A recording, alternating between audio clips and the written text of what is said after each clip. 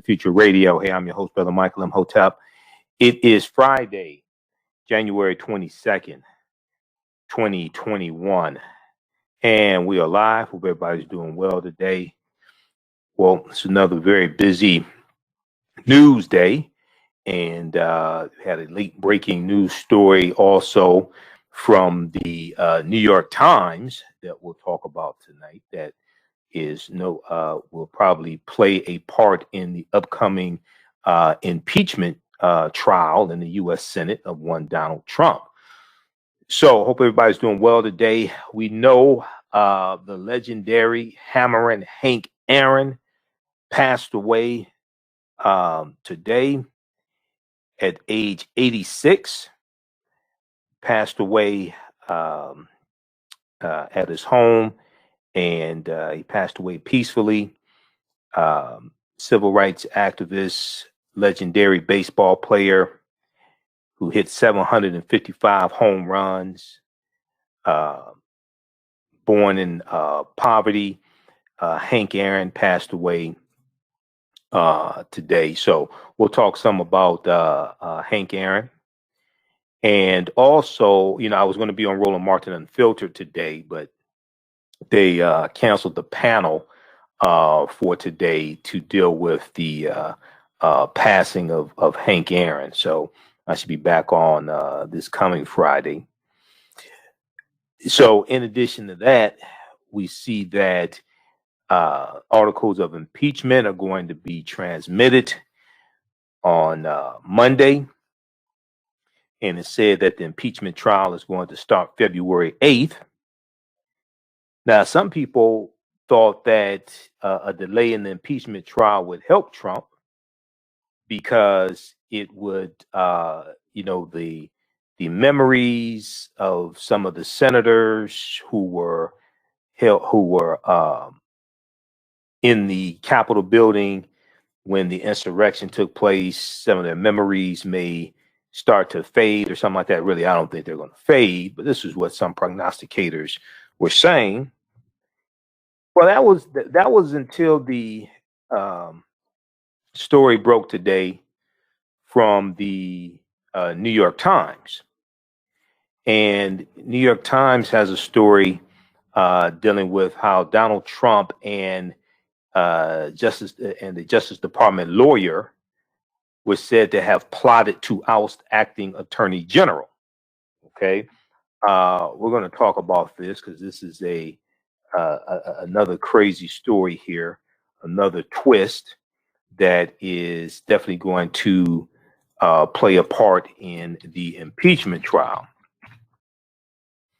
And this ties into Georgia also. This ties into Georgia once again, trying to overturn the election results of African American voters when it comes to Georgia. New York Times and also Washington Post has a story as well backing up this story from the New York Times. But the New York Times is reporting Trump and Justice Department lawyers said to have plotted to oust acting attorney general, trying to find another avenue to push his baseless election claims. Donald Trump considered installing a loyalist and had the men make their case to him. The Justice Department's top leaders listened in stunned silence this month. One of their peers, they were told, had devised a plan with Donald Trump, then president, to oust Jeffrey A. Rosen as acting attorney general and wield the department's power to force Georgia state lawmakers to overturn its presidential election results. To force Georgia state lawmakers to overturn its presidential election results.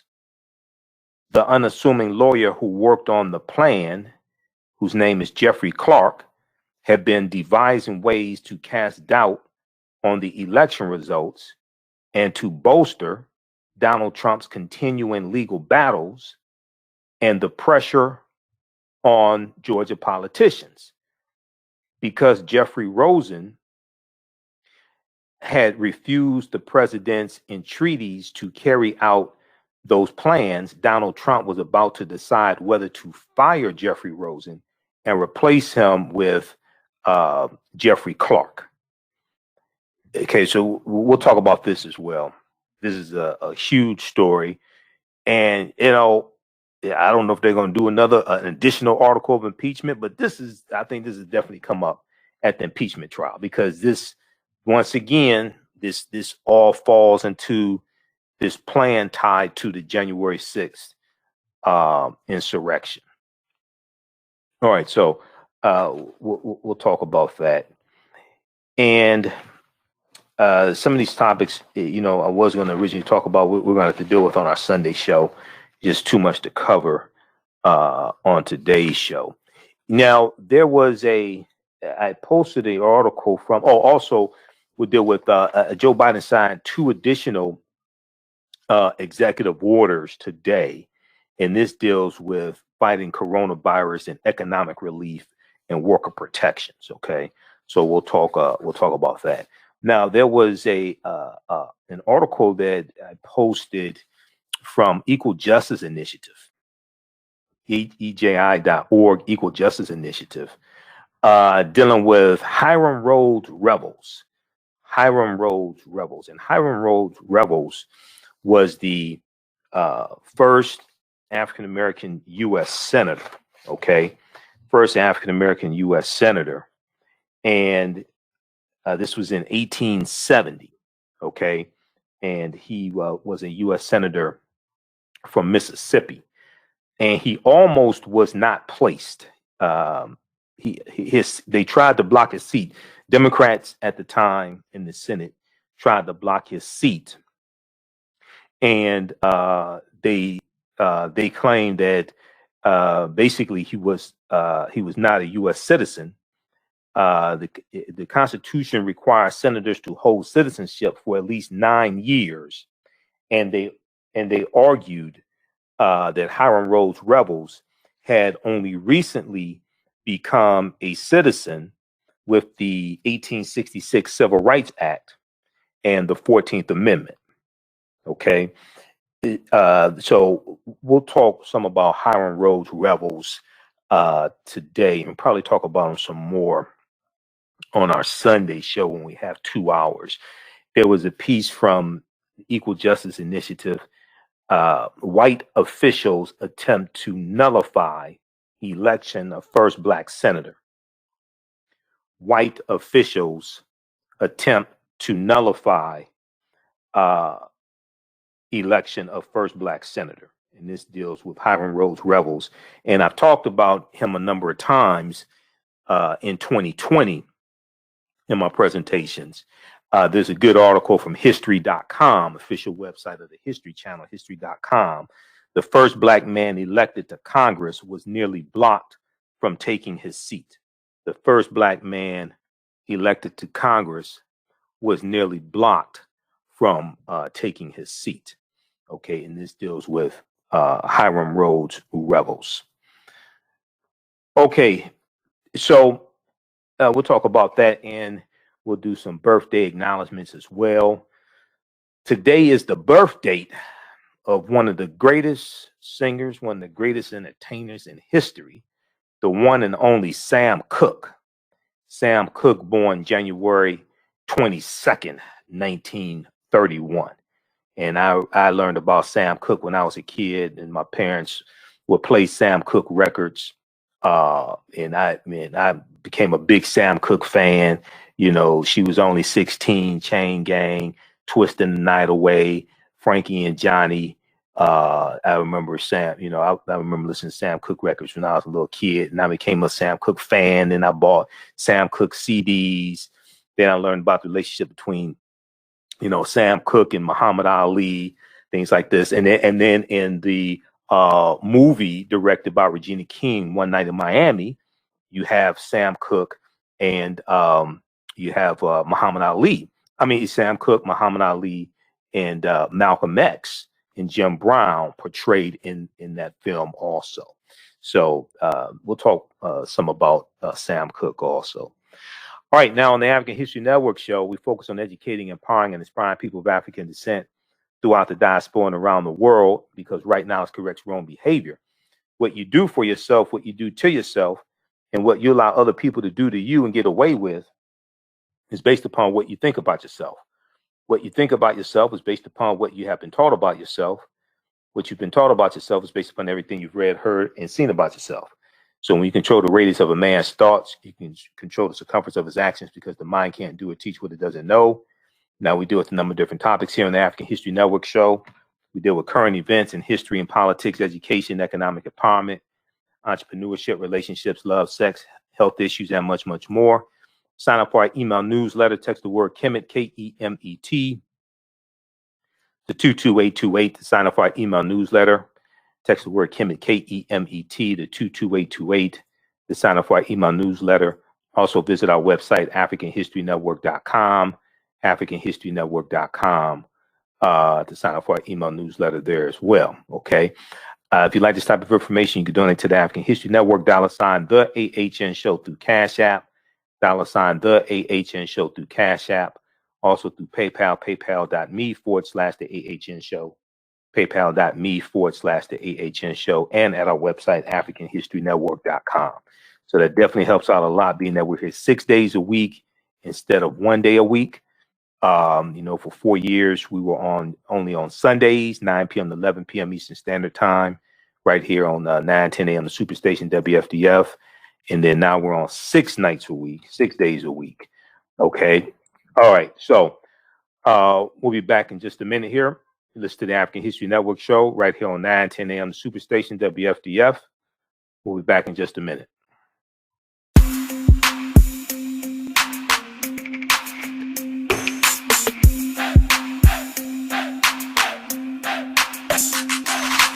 Are you getting ready for fall or winter?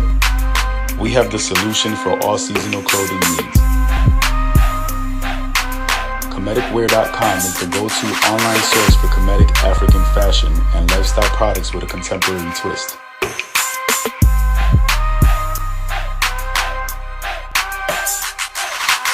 We're committed to offering unique styles in our African heritage.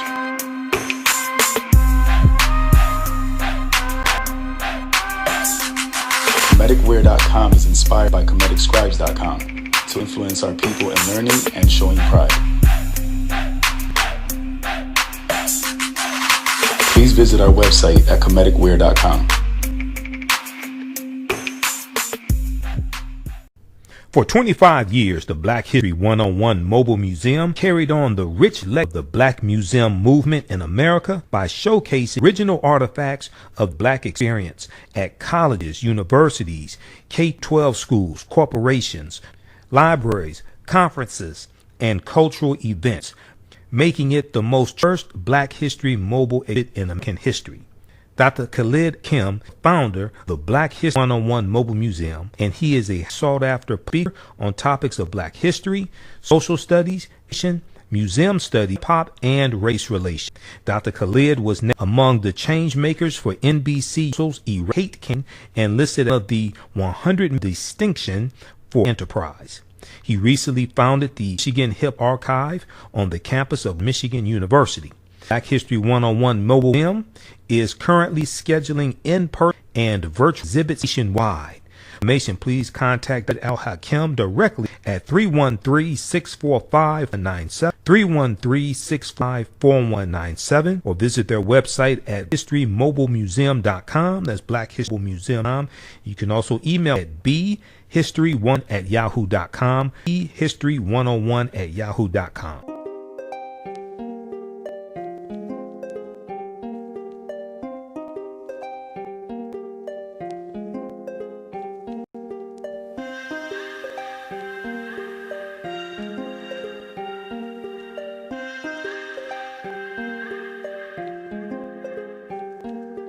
Black Bees products are a collection of natural, organic, personal care products with an appreciation of nature and bees.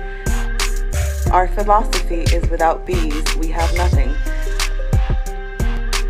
We are honoring our Nile Valley ancestors who understood the importance of bees.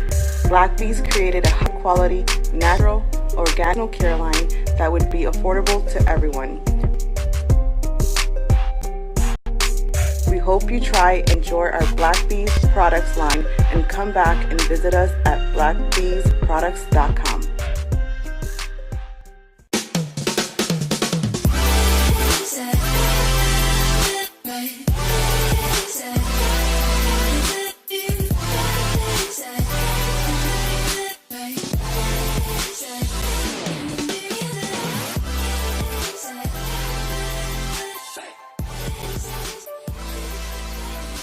Visit 4glossygirls.com. That's the number 4glossygirls.com, and follow them on Instagram at 4glossygirls.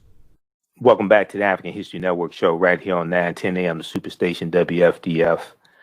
I'm your host, Brother Michael M. Hotep. It is Friday, January 22nd, 2021. Calling numbers 313-778-7600, 313-778-7600 is the call-in number if you have a question or comment. 313-778-7600. All right. We're going to go to this clip here in just a minute, dealing with Hank Aaron, who passed away today.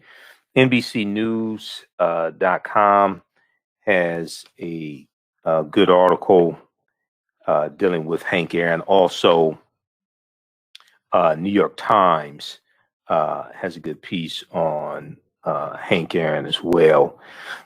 So Hank Aaron, whose prodigious swing took him from a poverty-stricken section of Mobile, Alabama, to the Baseball Hall of Fame in Cooperstown, has passed away. His longtime team, the Atlanta Braves, announced on Friday. He was 86 years old. Now, Hank Aaron played 21 of his 23 seasons for the Milwaukee and Atlanta Braves.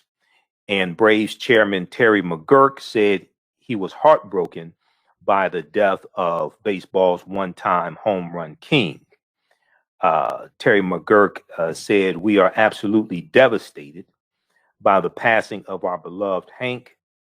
He was a beacon for our organization,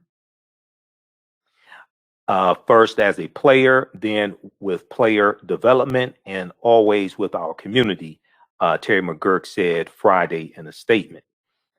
Now, we're going to go to this clip here in just a minute. So just let me know when we have it queued up, Kevin. Quote, "His incredible talent and resolve helped him achieve the highest accomplishments, yet he never lost his humble nature." Never lost his humble nature. Henry Louis Aaron was his birth name. Henry Louis Aaron wasn't just an icon, but one across Major League Baseball and around the world. Atlanta Mayor Keisha Lance Bottoms called Hank Aaron's passing a considerable loss. A considerable loss for the entire city. Okay, so let's see. So Hank Aaron blasted 755 home runs in his amazing career that also contributed to the era's civil rights advances, President Joe Biden said today. Quote, "His incredible talent and resolve helped him achieve the highest accomplishments, yet he never lost his humble nature. Henry Louis Aaron was just our icon, but one across Major League Baseball and around the world." Now, quote, "What I deeply admired and respected about him is that each time he rounded those bases, an astonishing 755 trips home, he melted away more and more of the ice of bigotry to show that we can be better as a people and as a nation," President Joe Biden said in a statement on Friday. Quote, "Henry Aaron became, in the words of President Jimmy Carter, the first black man for whom white fans in the South cheered. The first black man for whom white fans in the South cheered. It was not only his bat, but his character that won over those hearts and minds. For generations of athletes and civil rights advocates who followed, he showed how to be proud and be unafraid to stand up for what is right and just, end quote. Now, Hank Aaron had been seen in public as recently as January 5th, when the Atlanta resident came to Morehouse School of Medicine to get his COVID-19 vaccine. He and his vaccination shot. He and former UN Ambassador Andrew Young got their shots in front of cameras and urged all Americans to seek vaccination. Former President Barack Obama said in a statement that Hank Aaron, quote, never missed an opportunity to lead, including earlier this month when Hank and Billy joined civil rights leaders and got COVID vaccines, end quote. Whenever Michelle and I spent time with Hank and his wife, Billy, we were struck by their kindness, generosity, and grace, and were reminded that we stood on the shoulders of a previous generation of trailblazers, end quote, President Barack Obama said. Now, Georgia Governor Brian Kemp praised Hank Aaron for, quote, his important work to advance civil rights and create a more equal, just society. Now, it's interesting, Brian Kemp would talk about civil rights, right, when he was purging African Americans from voter rolls and stole a gubernatorial election from Stacey Abrams. Okay, do we have a clip queued up? All right. Okay. Now, and former President Jimmy Carter, a native of Plains, Georgia, on Friday called Hank Aaron a, quote, breaker of records and racial barriers, end quote, a breaker of records and racial barriers.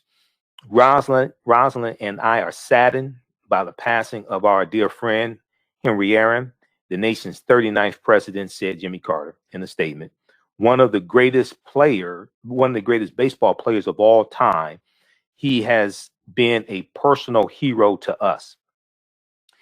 Now, Hank Aaron wrapped up his 23-year career in the major leagues in 1976 with a raft of records that still stand today, including 2,297 runs batted in, RBIs, runs batted in, 2,297, 6,856 total bases, and 25 all-star game appearances. All right. Now, I remember as a kid, I think I had a Hank Aaron baseball card, probably from like 75, something like that, maybe 76, somewhere around there.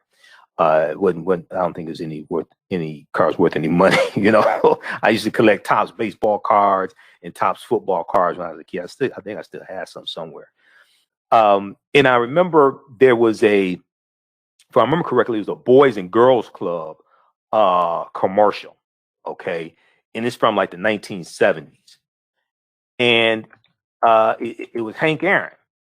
It was Hank Aaron in the commercial talking about growing up to hit 755 home runs. So that's like really, I think that's really how I first learned about Hank Aaron hitting 755 home runs from that commercial.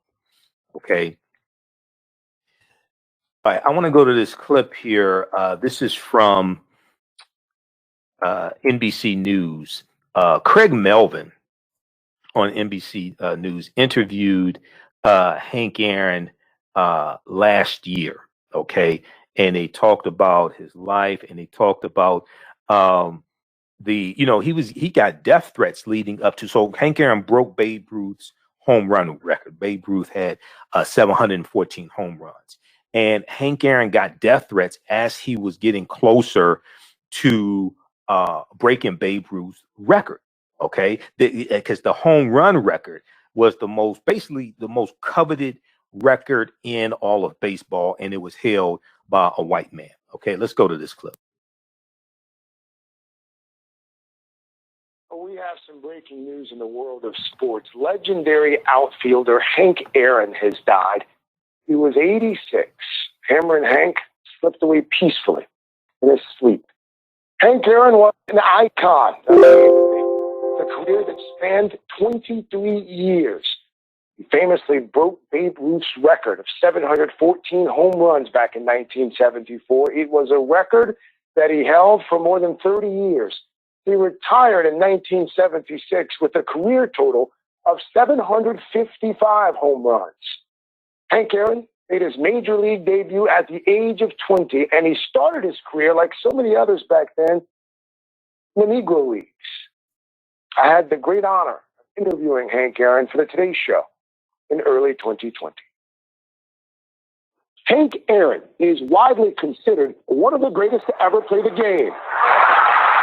But before he donned that famous Braves uniform, he took the field for the Indianapolis Clowns of the Negro League, leaving his Alabama home in the early 50s. I remember so well my first year that I left Mobile, Alabama. One little Coke, $2.50 in my pocket. And my mother told me that was all she had to give me, and be very careful with it. What was it like playing for the Indianapolis Clowns?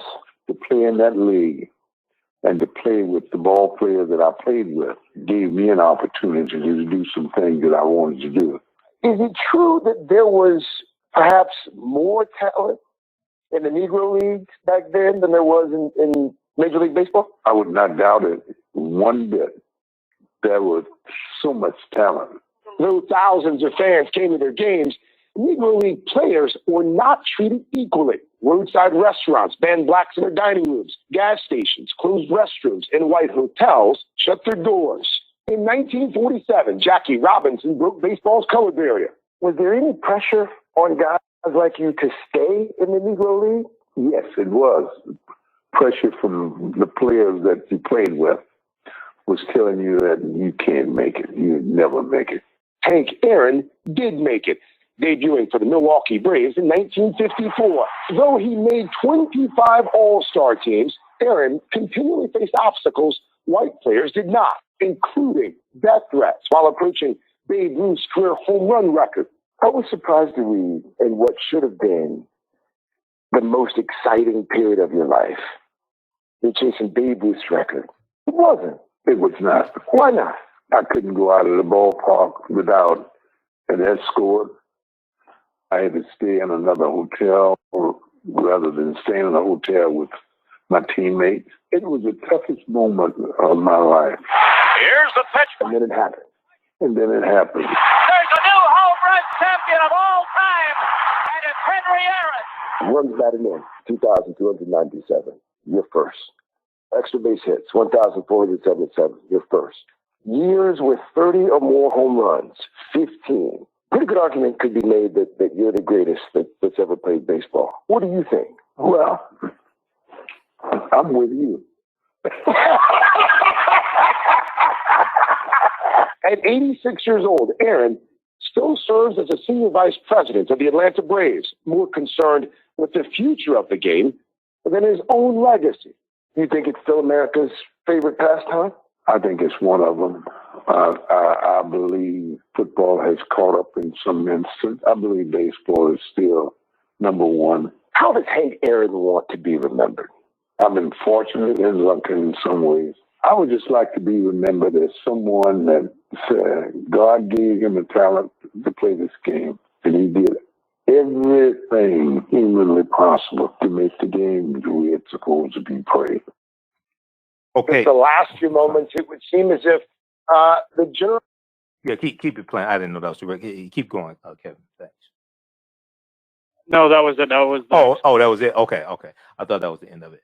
All right. So that was Craig Melvin, NBC and MSNBC's Craig Melvin, speaking with the great Hank Aaron. That was an interview for the Today Show in early 2020. Okay. All right. So I want to go back to this article here from NBC News briefly, and then we're going to transition because we this time goes by quickly. I want to also get to the story here dealing with Trump and the Justice Department. Very important story as well. Okay, so Also 313-778-7600 is the calling number. If you have a question or comment, 313-778-7600 is the calling number if you have a question or comment.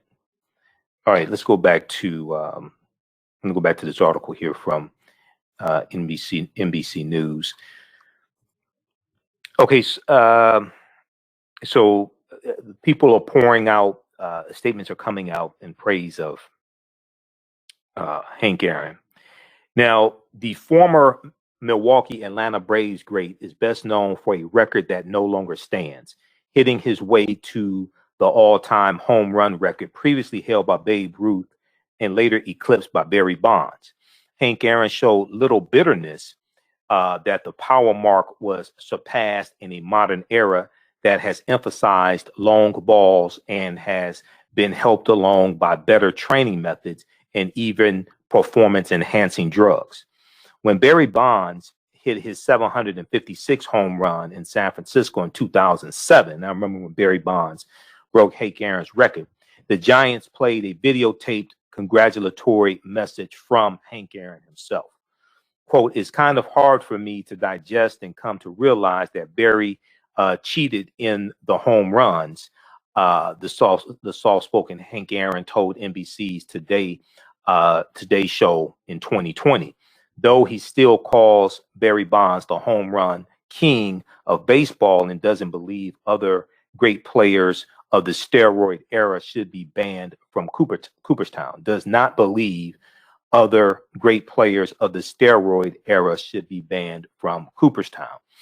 Now, Babe Ruth's record of 714 career home runs once seemed insurmountable, but Hank Aaron surpassed the ex-Yankee with his number 715 in front of his home crowd in Atlanta on April 8th, 1974. April 8th, 1974.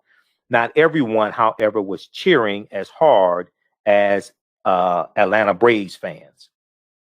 Hank Aaron said on the Dan Patrick Show that he was deluged with racist hate mail and death threats as an African-American player threatening the mark of one of the most popular white players to ever play the game.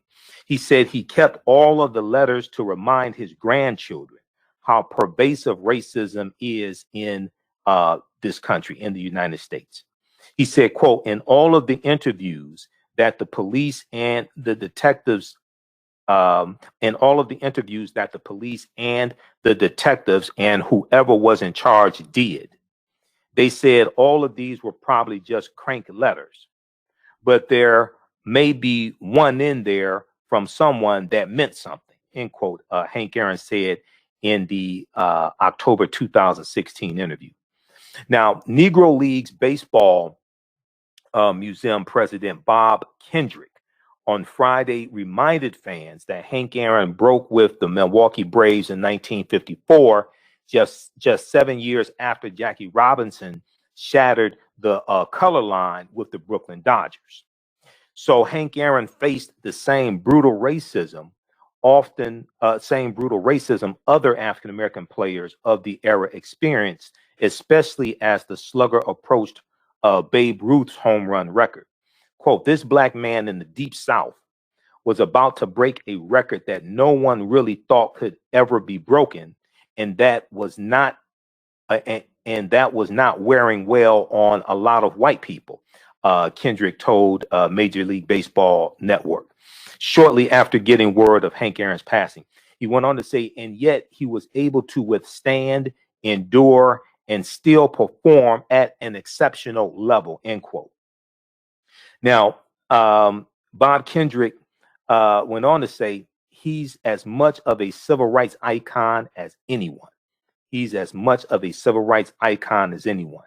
Now, Henry Louis Aaron was born on February 5th, 1934. The future outfielder was the third of 8 children of a tavern owner. Given his athletic prowess, sports seemed to be a ticket out of his poor African-American neighborhood in Mobile, Alabama. As he starred in baseball and football, first for for segregated Central High School and later for a private school called the Josephine Allen Institute. Hank Aaron would quit before he graduated high school, having inked a contract as an 18-year-old with the Negro Baseball League's Indianapolis Clowns, the Indianapolis Clowns in the Negro Leagues. Hank Aaron played only part of the 1952 season, but served enough time to lead his team to the championship. After Jackie Robinson broke Major League Baseball's color barrier in 1947, a player of Hank Aaron's caliber wasn't going to escape notice for long. He signed a $10,000 contract with the Milwaukee Braves, with whom he made his big league debut 2 years later. In 1955, Hank Aaron hit 328 with 27 home runs and 106 RBIs in his first full season, and won his first batting title a year later. Okay, 328 was his batting average. His sole National League MVP award came in 1957, courtesy of a stat line that included a batting average of 322, 44 home runs, and 132 RBIs, runs batted in. That magical season would end with the only World Series title of Hank Aaron's prestigious career, a 7-game upset of the seemingly indomitable New York Yankees. But what made Hank Aaron arguably the greatest player in baseball history was a combination of longevity and consistency.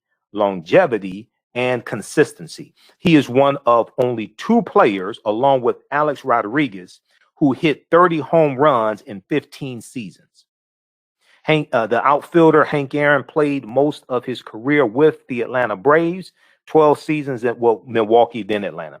Milwaukee Braves 12 seasons and 9 seasons Atlanta Braves after the team moved to Atlanta, but was traded back to Milwaukee to the expansion team, the Milwaukee Brewers, in 1975. He spent his final 2 seasons as a designated hitter for the American League squad. Hank Aaron retired at the end of the 1976 season with 755 home runs and a career batting average of 305. He was elected to the Baseball Hall of Fame in 1982. Okay, and I remember reading about Hank Aaron in the pages of Black Enterprise magazine, because he owned a Mercedes-Benz dealership. Okay, and I'm not sure if he still owns it, but I know for years he owned a Mercedes-Benz dealership. And let's see, autonews.com has a write-up about Hank Aaron also. They have a write-up about him, and there's some write-ups dealing with, let's see, Black Enterprise. Let's see, a brand sells all but one dealership. Okay, yeah, but I know for years he was he owned a Mercedes-Benz dealership as well. He was a Mercedes-Benz dealer also. Okay, 313-778-7600 is the call-in number if you have a question or comment. So rest in peace, Hank Aaron. 313-778-7600 is the call-in number if you have a question or comment. We'll talk some more about Hank Aaron on our Sunday night show, because we have 2 hours on our Sunday night show. But, you know, that hit everybody by surprise today, to lose legendary Hank Aaron. Okay. So I want to switch gears here. How's everybody doing? Everybody watching on our social media platforms, share this broadcast. Okay, we're broadcasting on our Facebook fan page, The African History Network, The African History Network on Facebook, and then also on YouTube. Michael Imhotep on YouTube, IMHOTEP. All right, I want to go to this next story here, and I'm sending you these other clips here, Kevin. So look out for these here. All right, and I want to go to clip 3 when you get those from MSNBC dealing with New York Times. Okay, so New York Times has this big story dealing with Donald Trump and the Justice Department, and Washington Post has reporting on this also. Trump and Justice Department lawyers said to have plotted to oust acting Attorney General. This is a huge story. This once again goes, now we just found out about this. This once again goes to the lengths to which Donald Trump was trying to overturn the will of the people, to overturn votes in Georgia. Okay, and there's a lot of African Americans in Georgia who voted for Joe Biden, who came out and voted for Joe Biden and get rid of Trump. Trying to find another avenue to push his baseless election claims, Donald Trump considered installing a loyalist and had the men make their cases to him. Now, the Justice Department's, this is reporting from Katie Benner for the New York Times. The Justice Department's top leaders listened in stunned silence this month. One of their peers, they were told, had devised a plan with Donald Trump to oust Jeffrey A. Rosen as acting Attorney General and wield the department's power to force Georgia state lawmakers to overturn its presidential election results. Okay, targeting Georgia once again to overturn Georgia's election results. Now, remember, on the 1 hour and 2 minute call that Trump had with Secretary of State Brad Raffensperger for Georgia, Donald Trump had some very negative things to say about Stacey Abrams, who called her a crook. Okay, called her corrupt. Okay, imagine Trump. If that's not the pot calling the kettle black, I don't know what is. Okay, he's calling Stacey Abrams corrupt. Donald Trump, the unassuming lawyer who worked on the plan, whose name is Jeffrey Clark, have been devising ways to cast doubt on the election results and to bolster Donald Trump's continuing legal battles and the pressure on Georgia politicians. Now, all these cases, basically all these cases keep getting thrown out. Okay, 60, a little more than 60 cases. There's only one that he won. That was in Philadelphia. That was Pennsylvania, I should say. That was in Pennsylvania, dealing with how close poll watchers could be to poll workers counting votes. Because Jeffrey A. Rosen had refused the president's entreaties to carry out those plans, Donald Trump was about to decide whether to fire Jeffrey Rosen and replace him with Mr. Clark. Okay, Jeffrey Clark. All right. Jeffrey A. Rosen was the acting Attorney General. Now, the department officials convened on a conference call, then asked each other, "What will you do if Jeffrey A. Rosen is dismissed?" The answer was unanimous. They would resign. So a lot of times when you have something corrupt like this happening, the other attorneys in the Department of Justice, they'll resign out of protest. Their informal pact ultimately helped persuade Donald Trump to keep Jeffrey A. Rosen in place as acting Attorney General, calculating that a furor over mass resignations at the top of the Justice Department would eclipse any attention on Trump's baseless accusations of voter fraud. Donald Trump's decision came only after Jeffrey A. Rosen and Jeffrey Clark made their competing cases to him in a bizarre White House meeting that two officials compared with an episode of Donald Trump's reality show, The Apprentice, albeit one that could prompt a constitutional crisis. Now, this previously unknown chapter, this is the first we've heard about this.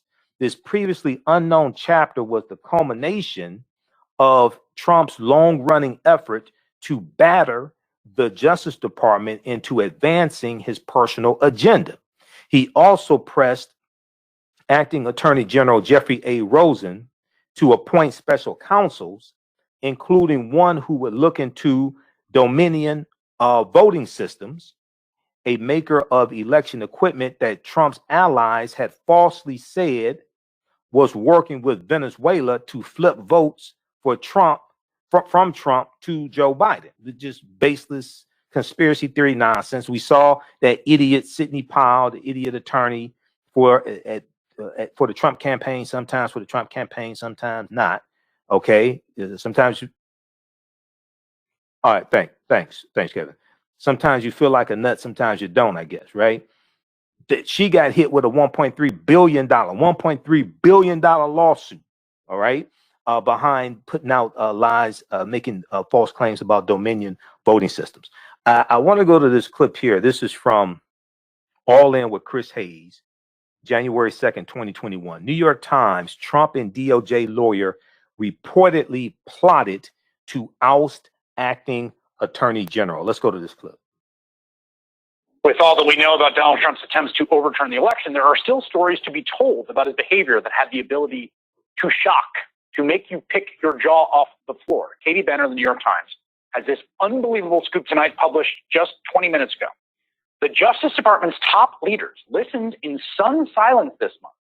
One of their peers, they were told, had devised a plan with President Donald J. Trump to oust Jeffrey A. Rosen as the acting attorney general and wield the department's power to force Georgia state lawmakers to overturn its presidential election results. The unassuming lawyer who worked on the plan, Jeffrey Clark, had been devising ways to cast doubts on the election results and to bolster Mr. Trump's continuing legal battles and the pressure on Georgia politicians. Because Mr. Rosen had refused the president's entreaties to carry out those plans, Mr. Trump was about to decide whether to fire Mr. Rosen and replace him with Mr. Clark. The reporter who got that amazing scoop, New York Times Justice Department reporter Katie Benner, joins me now. First of all, incredible reporting here. I had to read the story 3 times to make sure I was understanding it, but walk us through the story. What did you find? Sure. I mean, it's very much like what you said in your introduction. It precipitated this crisis in the Justice Department when you saw one of the top leaders of the department basically working with President Trump to see if there was something that could be done at the department in order to overturn the results of the election. Now, this person, Jeffrey Clark, had been rebuffed many times by the acting Attorney General Jeff Rosen and his deputy, Rich Donahue. They said, "Steve, this cannot continue." On New Year's Eve, they had a pretty stern conversation with him on New Year's Eve, which they really tried to understand why he refused to hew to the department's line that nobody had seen fraud. It had been investigated. It was something that Bill Barr had said privately to the president and publicly to the president, and yet Jeffrey Clark, having told them to read a lot of things on the internet, said that he just politely disagreed with them and continued. So you've got Rosen as the acting AG after Barr leaves. Clark is the head of the Civil Rights Division, which is in department leadership. Oh, no, head of the Civil Division. Up there, right? I'm sorry, the Civil Division. My bad. The Civil Division. Yes, which is important. It defends the administration in court.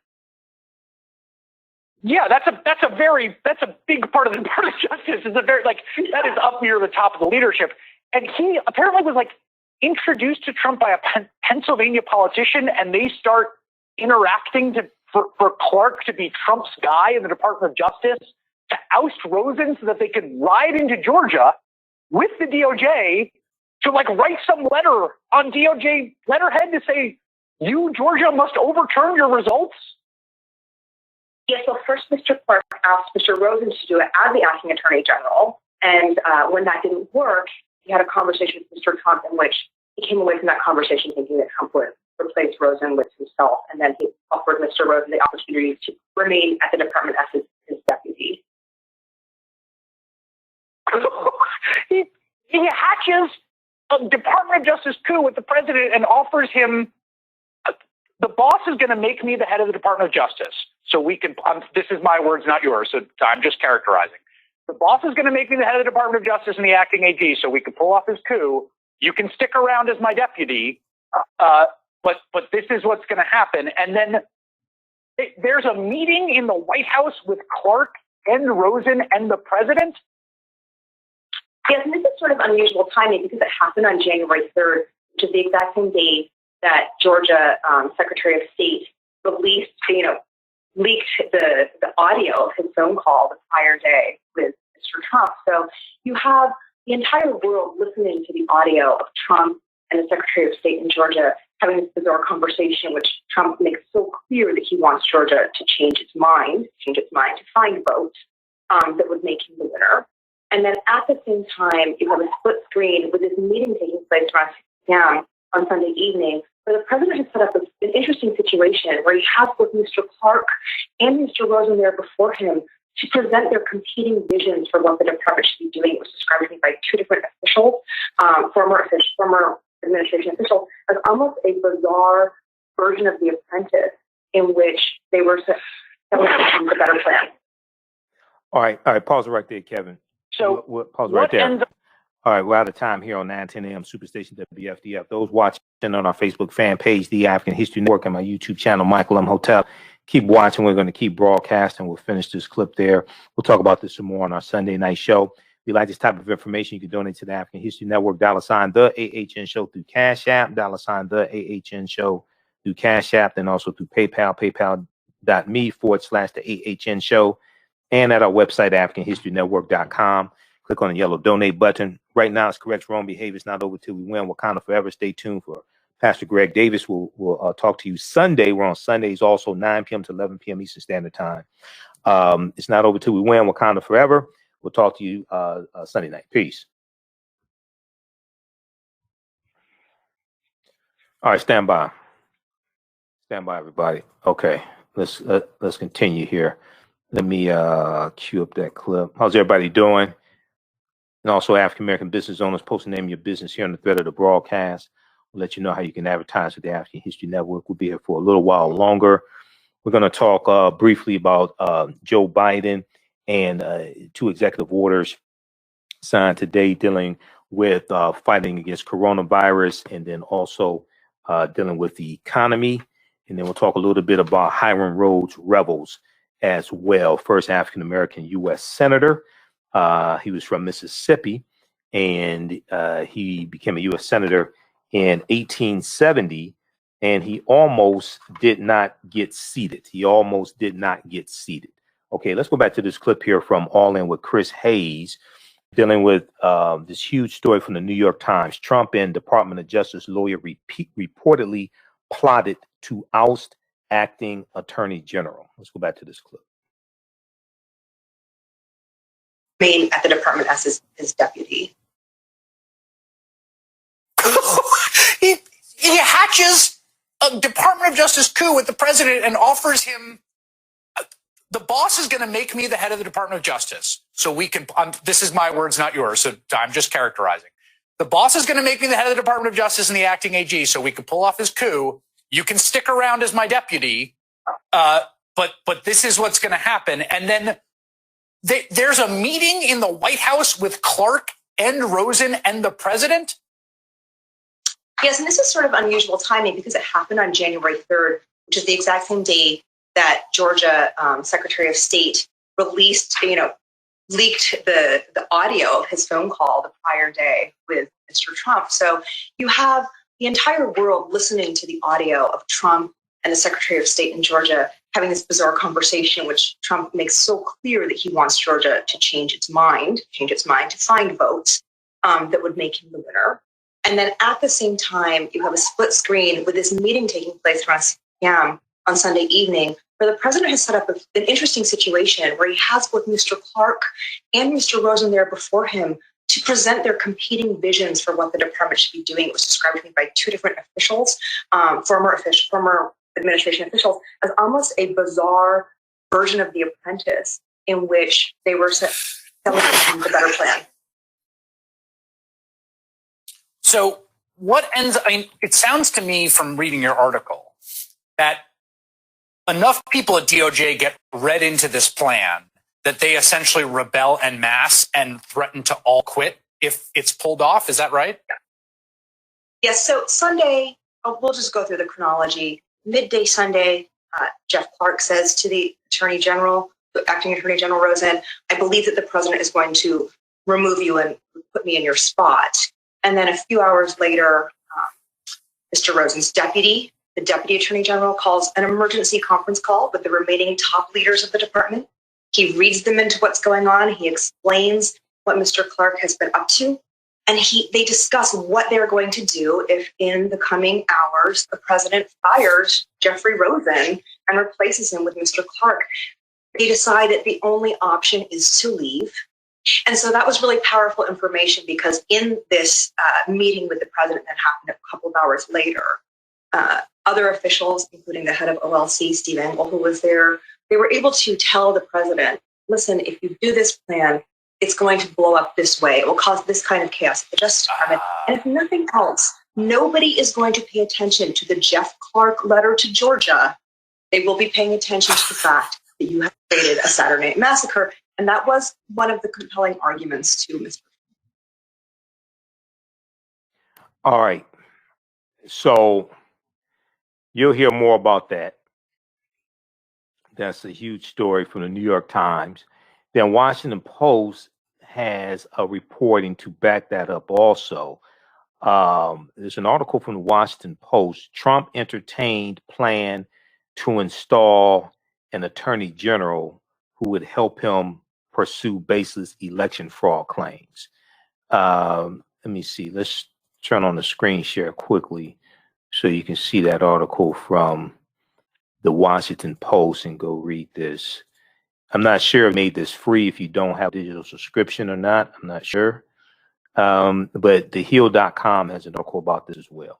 Trump entertained plan to install an attorney general who would help him pursue baseless election fraud claims. Now, keep in mind, Trump pretty much gave up the fight against coronavirus and spent more time trying to overturn the results of a lawful election than he did trying to fight against coronavirus. And you had between 2,000 to 3,000 people dying a day. Now it's on average between 3,000 to 4,000 people dying a day from coronavirus. All right. So this is from January 22nd, 2021. Then President Trump in early January entered a plan to replace the acting attorney, a different Department of Justice lawyer who was more amenable to pursue unfounded claims of voter nearly touching off a cause at the country's premier federal law institution. People familiar with the matter said. Okay, so check this out also from the Washington Post. All right, and then the article from the New York Times. Then the article from the New York Times is we'll pull that up as well, so you can see that briefly, and you can read that. Let's look at this here. Okay. For New York Times, Trump and Justice Department lawyers said to have plotted to oust acting attorney general. Trump and Justice Department lawyers said to have plotted to oust acting attorney general. And this is Jeffrey Clark, who Trump was going to replace acting attorney general Jeffrey Rosen with. This is from January 22nd, 2021, from New York Times. Okay, so you check that out also. All right, I want to switch gears here. Let's go to these two executive orders that Joe Biden signed today. NBC News has an article dealing with this. Biden signs two executive orders. Biden signs two executive orders on COVID economic relief, worker protections, COVID economic relief, worker protections. Let's pull this up. With blackbusinesstee.com, the messages are clear and meaningful. Keep your business in the black and out of the red. Mind your black business, know your numbers, and plan strategically. Black Business Boss, lead your industry. Support black business, encourage, patronize, and uplift one another. BlackBusinessT.com currently has products sold in Detroit, Atlanta, Chicago, and Los Angeles, with proceeds returned to the black community. They have a wide selection of hoodies, t-shirts, mugs, hats, sweatshirts that support black-owned businesses. Visit the website blackbusinesstee.com. That's blackbusinesstee.com. For 5 years, the Black History One Mobile Museum has carried on the legacy of Black Museum movement in America by showcasing original facts of the experience at colleges, universities, 12 corporations, libraries, conferences, and cultural events, making it the most traversed Black History mobile exhibit in American history. Dr. Khalid El is the founder of the Black History One Museum, and he is a highly sought-after speaker on topics of Black history, studies, education, museum studies, hip-hop, and race relations. Dr. Khalid, arranged makers for NBC Universal's Erase campaign, and listed as one of the 100 men of distinction for Black enterprise. He recently founded Michigan Hip Hop Archive, the campus of Western Michigan University. The Black History 101 Museum is currently scheduling in and virtual exhibits nationwide. For more, please contact Dr. Khalid Al-Hakim at 1-645-197, 3-645-97, or visit their website, historymuseum.com. That's blackmobilemuseum.com. And also email him at bhistory101@yahoo.com, bhistory101@yahoo.com. Soul Natural Beauty offers organic, based skin and hair care products that will rejuvenate skin and naturally grow hair. Their whipped shea butter can heal or restore damaged skin cells to prevent hyperpigmentation and skin breakouts. All products are made with organic plant-based ingredients. Their maximum hair growth oil is fortified with organic herbal extracts and undeniably proves that Mother Nature knows best. It thickens, lengthens, softens, and conditions all types of hair. They even guarantee hair improvement within 90 days or a full refund. Their all-natural 24-hour deodorant leaves the body smelling fresh without sweating for up to 24 hours. It does not stain fabric, goes on smoothly, and has a refreshing lavender and frankincense aroma. It can be used by men, women, even children. Place your order today at soulnaturalbeautyproducts.com. That's soulnaturalbeautyproducts.com. Follow them on Facebook at Natural Products. Intuitive Clothing, an online accessory, sells one-of-a-kind signature statement pieces for men and women. They also specialize in fashion consultations, closet organization, and decorating small spaces. Are you looking for a statement piece for a special affair, or would you like to add some select piece ensemble of a series? If you look for something, definitely contact Kathy Norman, owner and CEO of Intuitive Design Clothing. Visit their website, intuitivedesignClothing.com. That's intuitivedesignClothing.com, and you can email at intuitivedesign.com. Intuitive Design Clothing is where every entrance is a grand entrance. All right. Biden has signed a number of executive orders to roll back Trump-era policies as well as address the COVID-19 pandemic. Okay, so Joe Biden signed 2 executive orders Friday to address the economic toll of the virus pandemic, including expanding food stamps and begin the process to require everyone working for the federal government get a minimum wage of $10 an hour. Begin the process to require that everyone working for the federal government get a minimum wage of $15 an hour. So we're in a national emergency. We're in a national emergency, so we've got to move everything we've got. Biden's speech ahead of signing the orders. If we act, our economy will be stronger in both the short and long run. What economists both left, right, and are telling us, end quote. Now, the first order, which the White House called an, quote, all government, end quote, effort, all government, end quote, effort, asked the Agriculture Department to increase 15% a COVID-19 food assistance program provides nutritional assistance to families with children who would normally be free reduced price lunches when schools were in regular sessions. The order also extends the emergency increase in supplemental nutrition assistance program benefits, supplemental nutrition assistance programs, commonly known as food, authorized by Congress to include those at the lowest income levels. That could provide a family with 3 children with more than $100 to benefits 2 months, administration officials said. National Economic Council Director Brian Deese said the orders add a slew of executive orders has already signed, quote, not a substitute for the massive $1.9 trillion COVID-19 relief bill that Biden hopes Congress pass, but rather a critical lifeline, millions of Americans who need assistance now. Quote, people can't afford to wait. So many are hanging on by a thread. The people can't afford to wait.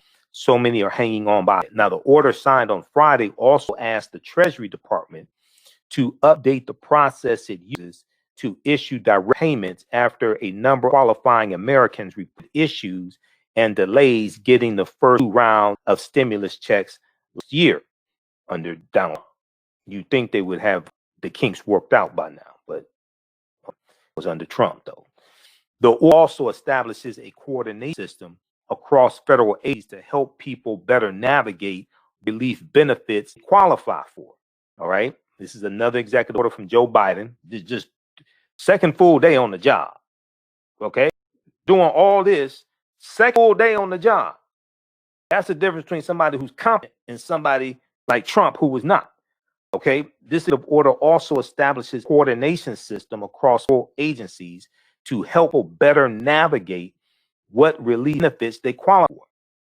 President Joe Biden's order also allows for workers who turn down employment out of concerns about health risks amid the pandemic qualify for unemployment benefits. Because under the way it currently is, if you turn down a job, if you're collecting unemployment benefits and you turn down a job or get called back job, and you are afraid to go back because you're afraid you'll get coronavirus. I mean, really afraid you'll get coronavirus, you could lose your unemployment benefits. And you're choosing between your life and your unemployment benefits. Okay. Biden changed that with his executive order. Just second full day on the job. Okay. Biden order also allows for workers who turn down employment out of concerns of health risks amid COVID-19 pandemic to qualify for unemployment benefits. So no one should have to choose between their livelihoods and their own health or the health of loved ones in the middle of a deadly pandemic, end quote, Joe Biden said. All right, I want to go to this. I want to go to this clip here. This is dealing with these executive orders. We'll go to this here. How's everybody doing? Everybody share this broadcast on your social media platforms.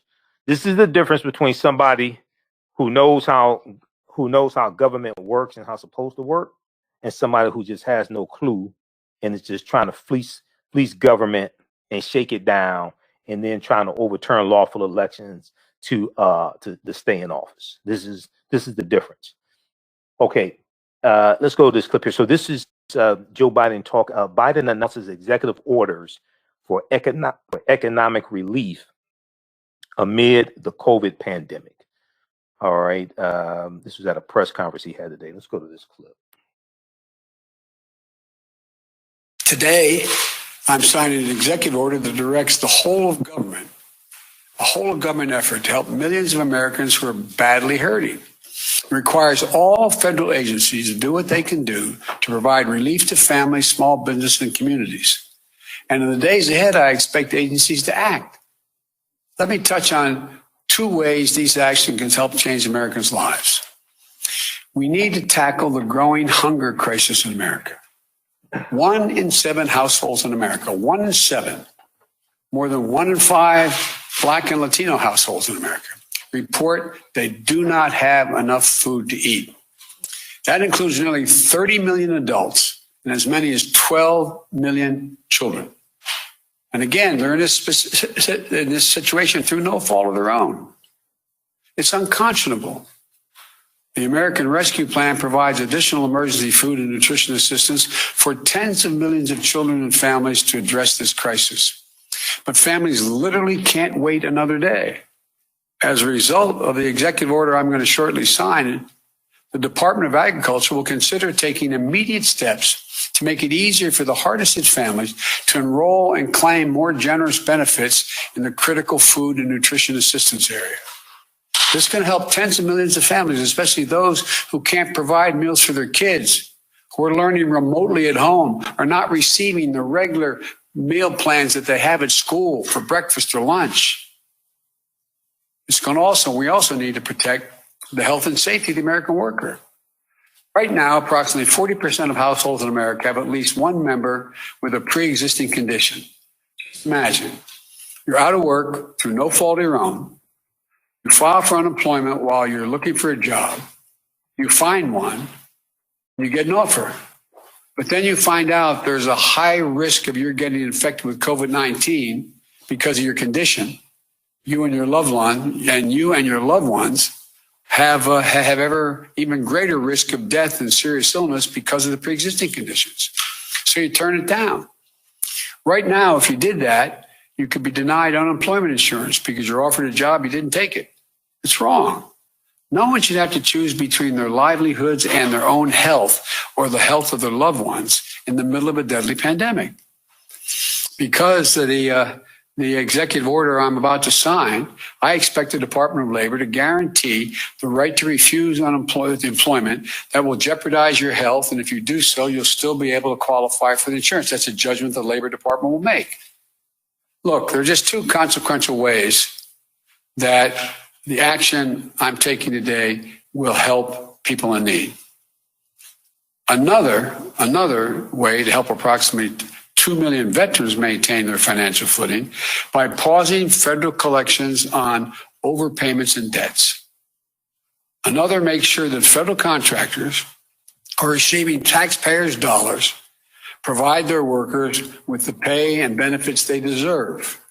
These are places where federal tax dollars are administered, are being made available to build things from ships to staircases. And the federal government lets the contract, and we're going to make sure that they buy American and are made in America. And here's another. Right now, there are up to 8 million people that are eligible for direct payments from the CARES Act and a relief bill passed in December. They're entitled to those payments, but there's not an easy way for those folks to access them. So we're making it a priority today to fix that problem and get them relief they're entitled to. All right. So that is excerpt of a press conference that took place today.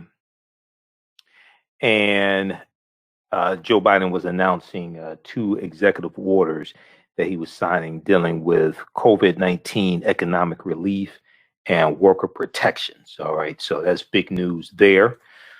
Go back and watch the show from yesterday, at January 21st, 2021 show.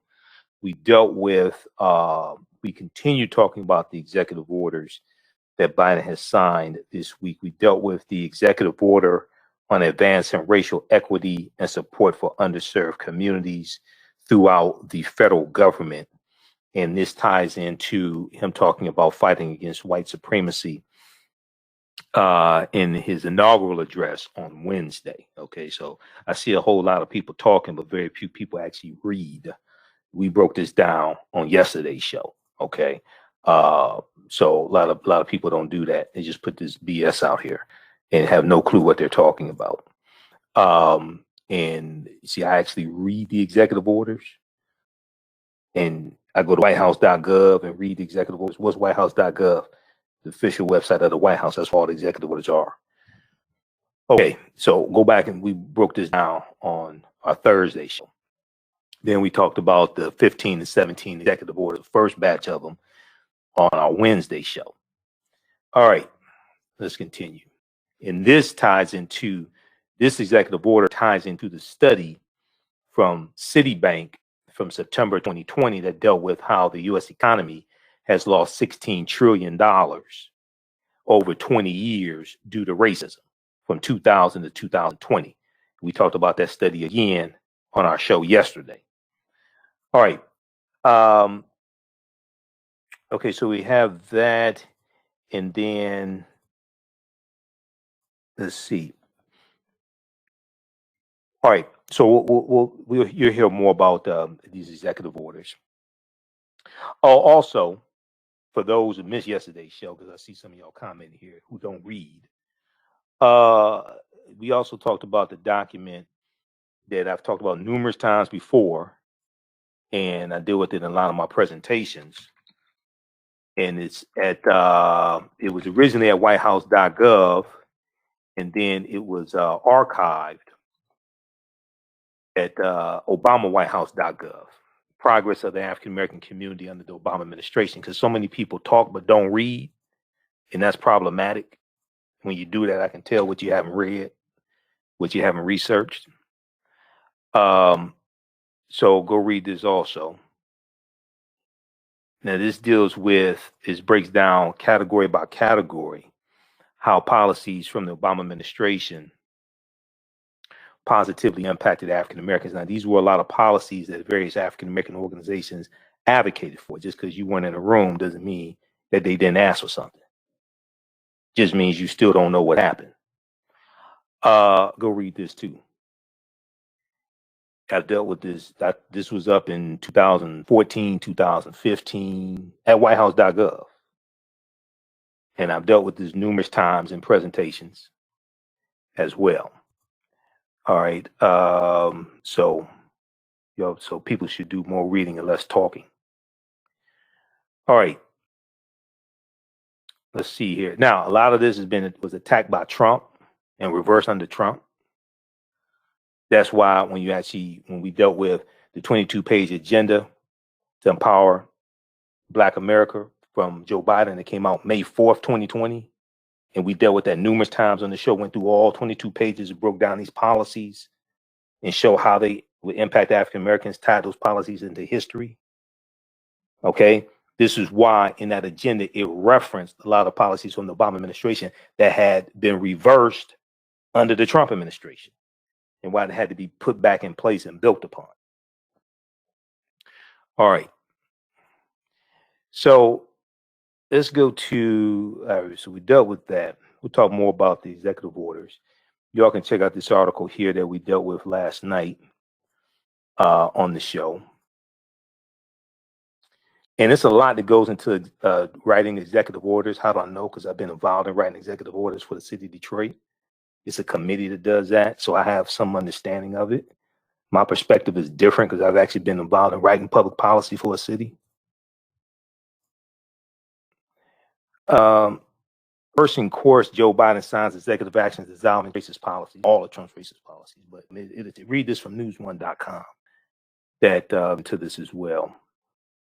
This is from the 21st, January 20th. The damn date on here. Posted 14 hours. What the hell? Put the date on here. Come on. Put the date. And the timestamp on your articles. It's January 21st, 2020 by Sharice Frazier, doing breaks down some of these executive orders. Reversing court, Biden signs of actions dissolving Trump racist policies. Executive order including underserved Black population stressed under the weight of pandemicism and coronavirus. You know, so a lot of people talking, but very few people read and actually know what they're talking about. Okay, let's continue here. So we'll do birthday shout outs, and then we'll get to Hiram Rhodes Revels. Today is the birth date of one of the greatest entertainers of all time, legendary Sam Cooke. I posted this article on our Facebook fan page. This post, we shared it from the National R&B Music Society, and shared it from my Facebook fan page, or my personal page, also Michael M. Hotel. But Sam Cooke was born January 22nd, 1931. And, you know, I learned about Sam Cooke when I was a kid. And and my parents would play Sam Cooke records at home. And I listened. That's how I learned about Sam Cooke. And, you know, listened to Chain Gang and She Was Only 16, Twisting the Night Away, Frankie and Johnny, Cupid, Cupid, Draw Back Your Bow. And, I sing some of those Sam Cooke songs to my daughter. So let's look at this here from the National R&B Music Society dealing with Sam Cooke. Let's go to this here. Okay, I think this is it right here. And he was with Soul Stirrers first. He was a gospel turned R&B singer. Okay? He was a gospel singer turned R&B singer. And when you study like James Brown, a lot of the R&B singers, they started out, of course, but they were gospel singers first. Recording, they were with gospel groups. They were record records, gospel records. Then they switched to secular music because there's more money in it. But gospel, when you go study the gospel singers, like the male gospel singers and groups, they were as popular as the R&B singers, as popular with the women. The women would take gospels too, okay? All right, so remembering Samuel Cooke, C-O-O-K, professionally as Sam Cooke, on the day of his birth, singer-songwriter, entrepreneur, influential as both a singer and composer. He is commonly known as the King of Soul for his distinctive vocals and importance within popular music. He began singing as a child and joined the Soul Stirrers, before moving to a solo career. He scored a string of hits like You Send, A Change Is Gonna Come. Everybody remembers A Change Is Gonna Come, the movie Malcolm X. Every time I hear Change Is Gonna Come, I think about the movie Malcolm X. Every time I hear that, A Change Is Gonna Come. And that song is about the civil rights movement. Okay, that song is about the civil rights movement because Sam Cooke was also involved in the civil rights movement as well. So A Change Is Gonna Come, Chain Gang, Twisting the Night Away, Bring It On Home to Me. All right, rest in peace to Sam Cooke and birthday as well. He's January 22nd, 1931. All right, now I want to go to this. Interview here.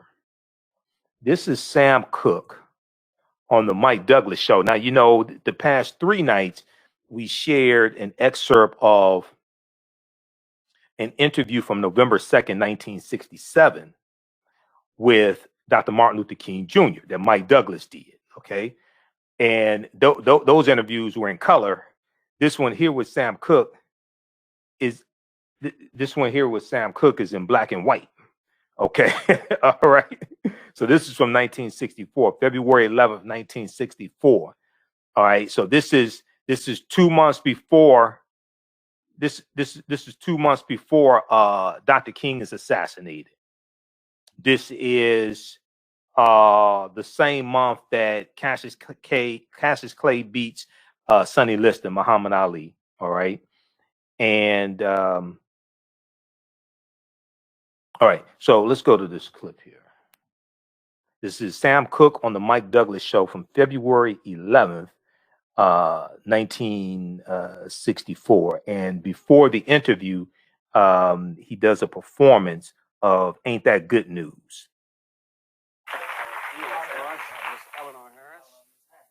It's good news. Good news, yeah. Let's do a little capsule version of the Sam Cooke story. How did it all happen? A little capsule version. Born, my father was a minister. I started singing in the church naturally because I was exposed to gospel singing first life. Came out of school, went with a professional gospel group called the Soul Stirrers. Sang around the country with them for about 5 years. Decided to go on my own. Made a song called You Send Me. It sold about 1.5 million copies for me, luckily enough. Went into the total bombs. You bombed? Did you really? That's right. I I bombed bombed the Coke. Wait a minute. See, here's what I bombed. Coke is a funny room, and unless you know show business, and unless you give it a real Coke adult approach, you bomb. And that's what I did, because I didn't make good. That's why I said bomb. Because there are copas everywhere. It's the one in New York City you're talking about. Which, that's right. For some reason, I can't explain it. It happens to be the prestige date of all time. If you make it at the copa, that's it. Is that true? I think that's true. No. Isn't that true? Why do you think you bombed? Why do you? I know why I bombed. Because I wasn't ready. Yeah. I know I bombed too. I had the wrong act. Oh, I mean it. I didn't say a word. The whole act that I did, it was just entertainment, song. Yeah. And these guys would sit and give me that real glassy stare, you know. And one night, right in the middle of the song, guy gave me the words. I had a kind of a dramatic place in Autumn Leaves, you know. And I sort of looked over and I said, but Autumn Leaves, he said, start to fall. And I didn't answer back, I guarantee you. He's a little guy sitting just looking at me like that all through the act. Yeah. I thought they were going to pick me up in the alley somewhere. You know, there are different opinions on what you have just said. Now, a lot of people who prepare acts for people like you and Howard say that you're not supposed to talk until you're well into it. Now, I've seen the best of them perform, and I know Sammy Davis doesn't say word one until he's sung for about 30 minutes. Yeah. And that goes for Tony Bennett. Well, I think it's all in trying to establish a rapport with the audience. If you feel that you're establishing a rapport, it's not necessary to talk. But then sometimes conversation, some people sing better to establish a rapport, some people happen to talk better. Now, I do what comes to my mind. Now, if I feel I'm not establishing a rapport, and if I see there's something I can say in conversation that will help them come to me and me come to them, because it's a mutual thing, then I'll talk.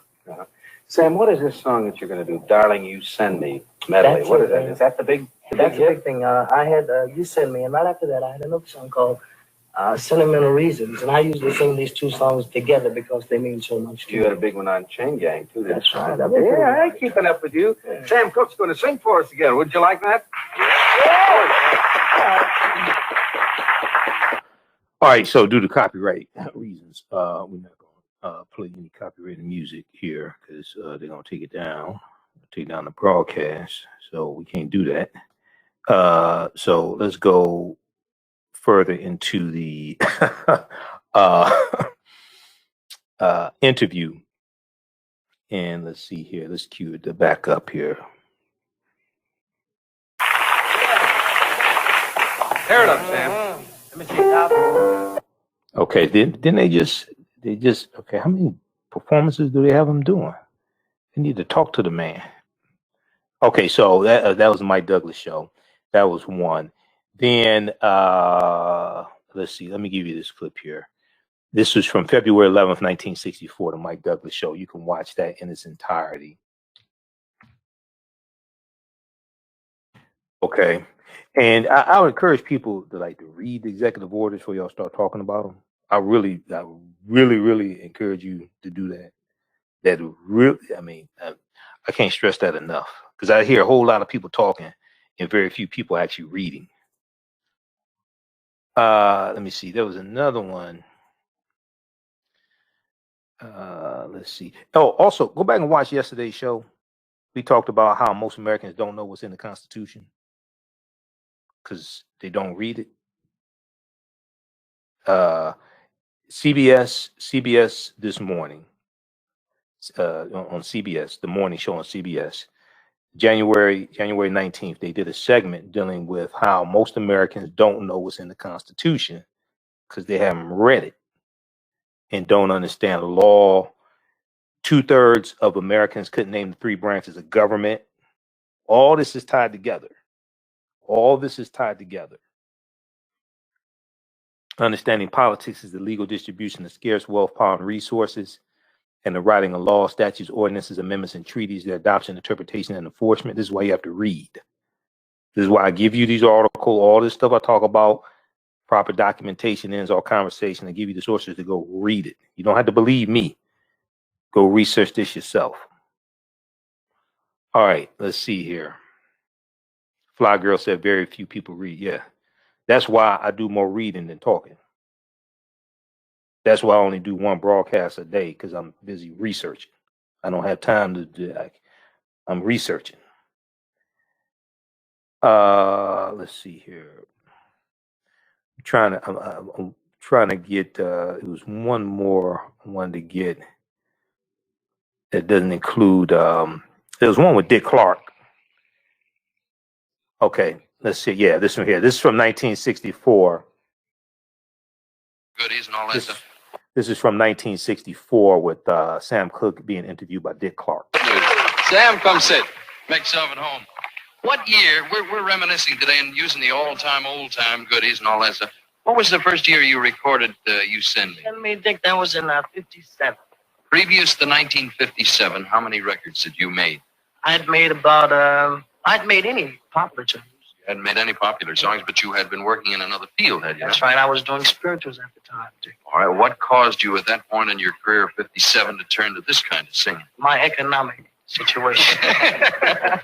That's a very honest answer. How many songs have you written? Dick, I don't know, but I've written just about all I've sang. Which is several hundred? Well, I can estimate this way. I've been in the business now, Dick, for about 6 years, and I haven't had a song that wasn't a hit, so I was on the charts, I think, from the time I started until now. This is an amazing record. Now, Sam, most people don't get to do this. What's the answer? Now, here's a man whose career so far is about 6 years old in this field, not counting what went on before. What's the secret? I think the secret is really observation, Dick. What do you mean? Well, if you observe what's going on and try to figure out how people are thinking and determine the times of your day, I think you can always write something that the people will understand. All right, now you've solidified your own career as far as the singing and the records go. What do you hope to do in the future? You're doing different things now, aren't you? Yeah, well, now, Dick, I'm working mostly with other young singers, you know. Wait a minute. Young singers. Cassius Clay is a young singer. Did you do that record? Yes, I did. You know, not the Stand By Me. I did the one called Hey Hey, the Gang's All Here. Yeah. Was it fun? It's a lot of fun because Cassius is a fun guy. You don't dare have any argument. Yeah, just ask. No arguments. Just ask a few other people that tell you no. You don't dare argue with this cat. That's for sure. No. Are you traveling like you used to? No, I'm not, Dick. I'm mostly staying home now. What do you produce and write and so forth? I'm producing and writing, as I said, for other people. What could be the greatest thing in the world that would happen to you if you had your choice? The greatest thing that happened to me, if all the singers I'm connected with had hits. I will knock on wood and hope the whole thing goes. Sam and I were talking about before. The last time I think I was looking at an old film. It was about 1957 or 58. We'll reminisce a little bit and we'll do some autographs, if you will, all right? All right, I will. We'll join you. Nice to see you again, too. Thank you. Sam Cooke, ladies and gentlemen. We'll join you at the autograph table. All right. All right, that's Sam Cooke from 1964. Wow, being interviewed by Dick Clark. Okay. So check that out also. You know, a lot of people see now, a lot of people, let me, how should I phrase this?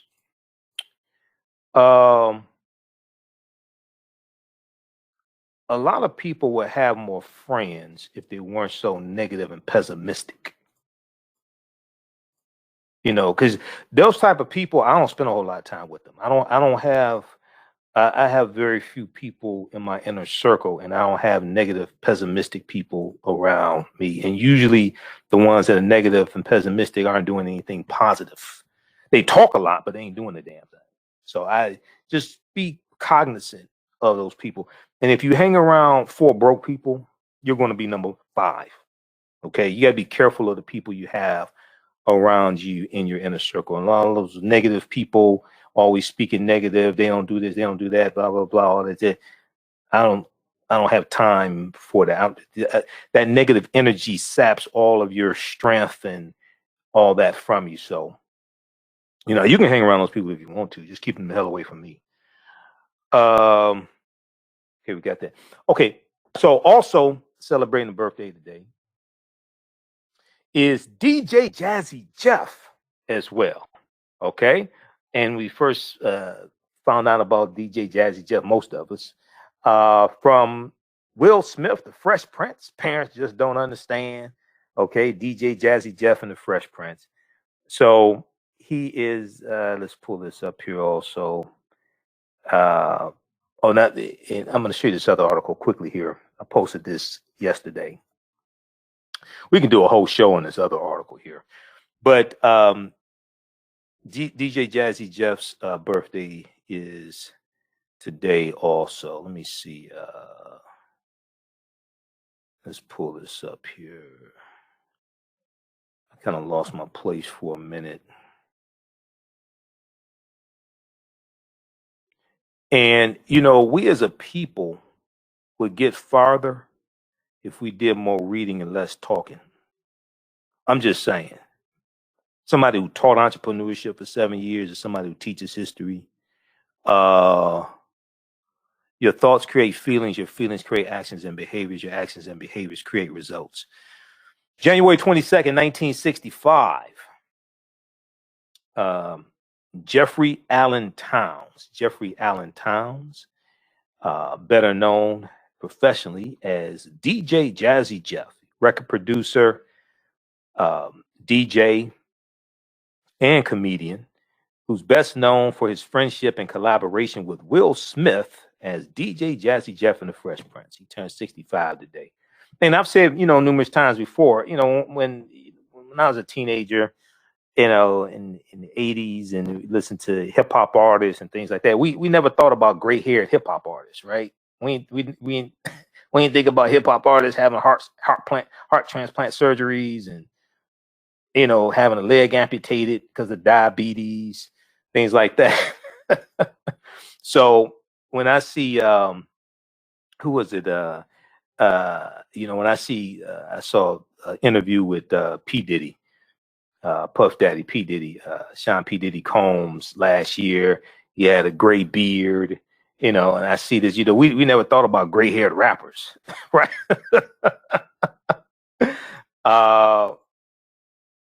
And then looking at the Fresh Prince and things like this, we just never thought about that. We never thought about hip-hop artists dying like of heart attacks or, it's just, we just always thought of them as that they would, I guess, always be young, right? Let's see. Let's go to this one here. This is DJ Jazzy Jeff. Yeah. Born January 22nd, 1965. January 22nd, 1965. We know yesterday was the birth date. And this also comes courtesy of the National R&B Music Society. We know yesterday was the birth date of Susan Moons. Is it Susan Moons? That's her last name. Let me see. Pull this up here. Also, Jam Master Jay of Run DMC, January 21st, 1965. Okay, that was his birthday yesterday. Jason W. Mizzle. Okay, Jam Master Jay. I'm the king of rock, there is none higher. Sucker MC, you should call me sire. To burn my kingdom, you must use fire. I won't stop rocking till I retire. Now, as we talked about yesterday was the birth of Susan Moonsey, better known as Susan from Vanity 6 and Apollonia 6. Happy birthday, wherever you are. I heard on Instagram. It was an Instagram yesterday. I follow on. Okay. All right. I don't know. I had Vanity 6 girls on 33 and a P. I don't know where it is. I don't. It's probably collector's edition. Bunch of albums. Wham, Make It Big, Tears. I don't know where my albums. They may be in a closet somewhere. But once again, happy birthday for the hell of it. Once again, happy birthday to Susan from Vanity 6 and Apollonia 6. All right, now, Hiram Rhodes Revels, okay? Let me show you this one also. I posted this article yesterday to make a point. Once again, unfortunately, a lot of us don't understand history, okay? And especially dealing with history of the African diaspora. And for some reason, when we think of African Americans, we just think we just all came from Mississippi, Alabama, and then like we don't have like Caribbean roots. You know, it's just amazing. So let's look at this article here. I'm going to show you this post that I did yesterday on Facebook, and then quickly this article. Then we get to Hiram Rhodes Revels. You'd be surprised how many people you know who you think are just gonna quote black Mississippi, black Alabama, black Tennessee, black, just black, right? That Caribbean ancestry, like people who you know, all right.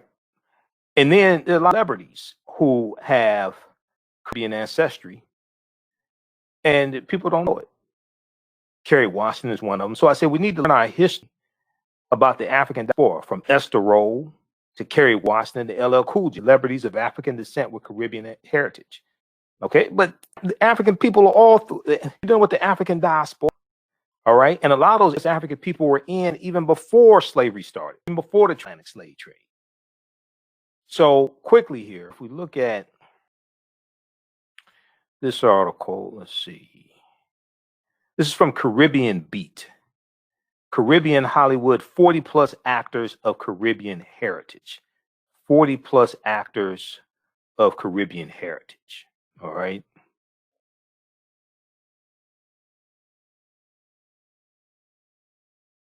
We know people like Harry Belafonte, Sidney Poitier. We know that. We know Minister Farrakhan. Right? We know, most people know about that. Okay. Rita Moreno, Esther Rolle, Florida Evans from Good Times. Her parents were Bahamian. Mad Sinclair, King Jamaica. Okay. We Jeffrey Holder, the 7-Up, and Jeffrey Holder and Boomerang, right? Bald-headed guy used to be 7-Up commercials. We know he's Caribbean. Okay, from the Caribbean. Oh, speaking of Caribbean, yesterday Billy Ocean's birthday. I posted about it when was going on yesterday. I forgot to give a shout out to Billy Ocean also. Talk about Caribbean Queen. She's by me, painted on jeans. Right? Talk about Caribbean. Okay. Billy Ocean. Let's see here. So Kerry Washington. All right. She is Jamaican, mother's Jamaican, American father. CCH Pounder, Guyana. Okay, born in Guyana on Christmas Day, 1962. As Benicio del Toro. Lorraine Toussaint, Trinidad, born in Trinidad and Tobago in 1960. Naomi Harris, born to a Jamaican mother and Trinidadian father. Derek Luke, born in the U.S. to a Guyanese father, American mother. Also, Issa Rae. Everybody, a lot of women like the TV show Insecure. Issa Rae, her parents are from Sierra Leone. She has Sierra Leone ancestry. Michelle Rodriguez, Puerto Rican father, mother from Dominican Republic. Okay, Dual Hill, who's Sean Patrick Thomas, born in the U.S. to Guyanese parents. Actor Sean Patrick Thomas, who we saw in one of the barbershop movies. Letitia Wright, Black Panther. Okay, Guyana, 1993, migrating to the UK at age 7. Winston Duke, born in Tobago, 1986, also in Black Panther. Singer Heather Headley. Okay, singer Heather Headley. And I always get Heather Headley and Vivian Green mixed up. They're both beautiful sisters. I always get them mixed up. They always sing crazy songs about relationship, emotional roller coaster, stuff like that. I always say, if you pull up to your girlfriend's house or apartment or whatever, She's playing emotional roller coaster and keep driving. But born in Trinidad in 1974, migrated to Indiana when she was 15, Heather Headley. And let's see how we on time. All right, we're gonna wrap this up. Oh, we all know Cheryl Lee Ralph. Okay, Jamaican. We know she was first in a piece of the action with Sidney Poitier and James Earl Jones and Bill Cosby. All right, that's when she first started. That was her first acting job. And then we know her from Moesha as well. She's Jamaican. Okay. Then Tatiana Ali, Fresh Prince of Bel-Air. Her father's Trinidadian, her mother's Panamanian. So there's a lot of people. I'm doing this for a reason.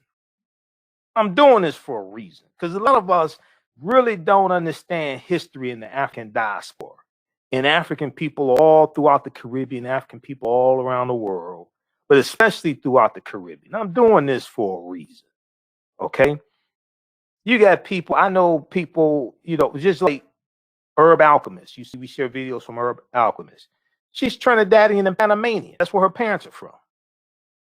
So, it's like black and being African descent is more just because your family is just from Alabama, Tennessee. And that's like, in your mind, that's just what black is much broader than that. It's much more diverse than that. We have to have a better understanding of history and understand and have a Pan-African view of history in the world.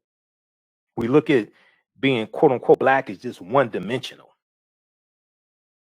Esther Anderson Garcelle Beauvais, we know from the Fox show, Nancy, we know she's Haitian. Rosario Dawson, born to a Puerto Rican mother. Jack A. Harry, Sandra Clark, Sandra Clark from 227, Jack A.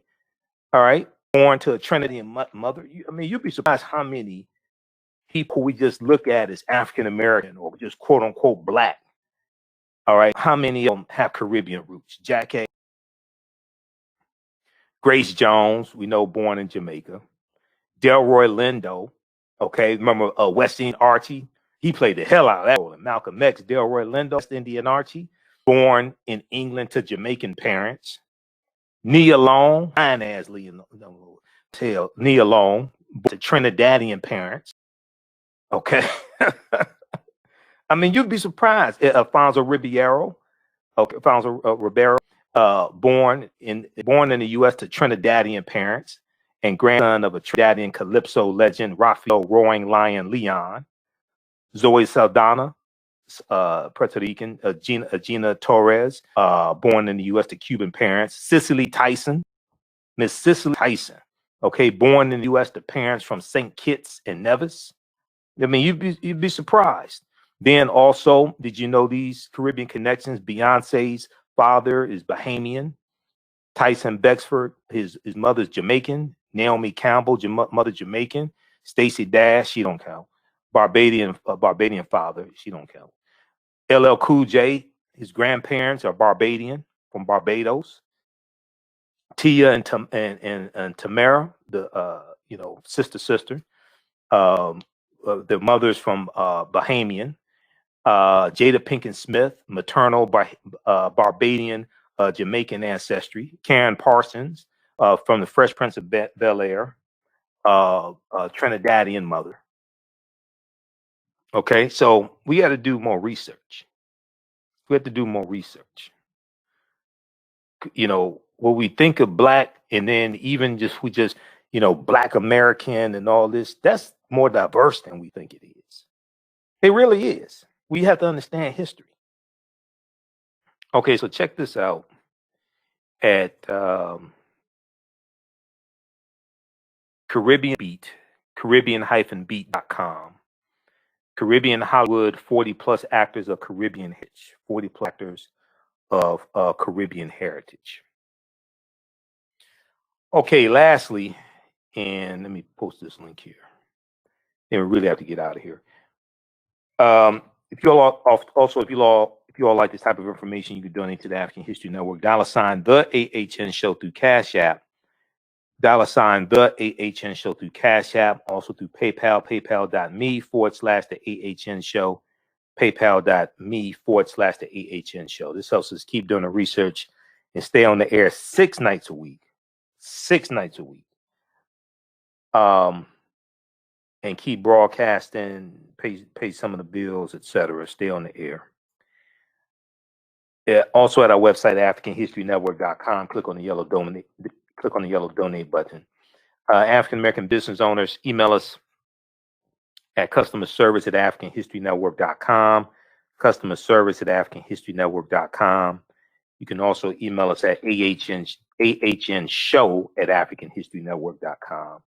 AHNShow@AfricanHistoryNetwork.com. Because some of the emails we send from customer service at AfricanHistoryNetwork.com, it goes to people's spam folders, and it takes them like a week to find it, the email, something like that. So you can email us also at AHNShow@AfricanHistoryNetwork.com. We'll let you know how you can advertise with the African History Network. We create a video commercial. It re-airs when we rebroadcast these shows throughout the day on our social media platforms. We have a special promotion: buy 1 month, get 1 month free. You'll get about 200 commercials airing in a month on our social media platforms. Email us today. We'll get you up and running. AHNShow@AfricanHistoryNetwork.com. All right, let's look at this last story here. So Equal Justice Initiative, EJI.org, Brian Stevenson's organization. You know, we share articles from them dealing with this date in history. So they have a article here dealing with Hiram Rhodes Revels. Hiram Rhodes Revels, and I talk about him periodically. I talked about him a lot in 2020. Hiram Rhodes Revels was the first African American U.S. senator. Okay, this was in 1870. He was a U.S. senator from Mississippi. And once again, all this ties into history. It deals with not just the legacy of slavery, but Reconstruction, etc. And when Mike Espy was in the November 3rd, 2020 election, when Mike Espy was running to be a U.S. senator from Mississippi, he would have been, if he had won and beaten the public hanging woman, Cindy Hyde Smith, he would have been the first African-American U.S. senator from Mississippi since Reconstruction. Okay, since Hiram Rhodes Revels, who became a U.S. senator in 1870. Check this piece out from EJI.org. Equal Justice Initiative. White officials attempt to nullify election of first black senator. White officials attempt to nullify election of first black senator. And this is about Hiram Rhodes Revels. Okay. And I talked about him in 2020 because 2020 was the sesquicentennial or 150th anniversary of the 15th Amendment of 1870. And the 15th Amendment guaranteed the right to vote for African-American men, okay, not women at the time. This is during Reconstruction, after the Civil War. And it was February 3rd, 1870 that the 15th Amendment was adopted, okay? Now,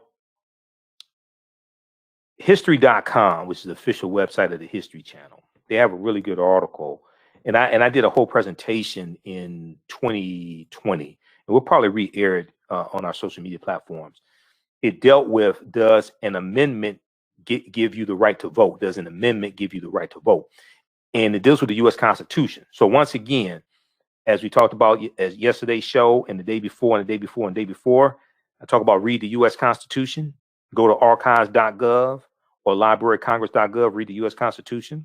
We'll probably talk about this some more on our Sunday show. Then the study that they talked about on CBS this morning, and the article they have from January 19th 2021 that dealt with how most Americans don't know what's in the U.S. Constitution. Most Americans don't know what's in the U.S. Constitution. Well, all this ties into law, and your understanding of the U.S. Constitution also ties into who you vote for, policies you support, or if you vote at all. All right. And politics is the legal distribution of scarce wealth, power, and resources, and the writing of laws, statutes, ordinances, amendments, and treaties, their adoption, interpretation, and enforcement. All this is tied together, and it's tied to history. His movements take place. Movements take place to address conditions. Conditions are shaped by policies and laws. Politics is the legal distribution of scarce wealth, power, and resources, and the writing of laws, statutes, ordinances, amendments, and treaties, their adoption, interpretation, and enforcement. Laws are put in place that come out of movements to address conditions. Then the laws that are put in place spark another movement to either reverse that law or take it even further, which then causes another movement, and then you have a cycle. Okay, slavery. From slavery, you have before the Civil War, abolitionist movement. You have even before the Underground Railroad, which starts about 1830. You have a Southern Underground Railroad where abolitionists are helping enslaved Africans escape into Texas when Texas becomes free territory. You have Harriet Beecher Stowe, who writes her book, her novel Uncle Tom's Cabin. And the character of Uncle Tom is based upon the life of Josiah Henson, who's a runaway slave from Maryland, who becomes a abolitionist and conductor on the Underground Railroad. The book Uncle Tom's Cabin really exposes America to the horrors of slavery.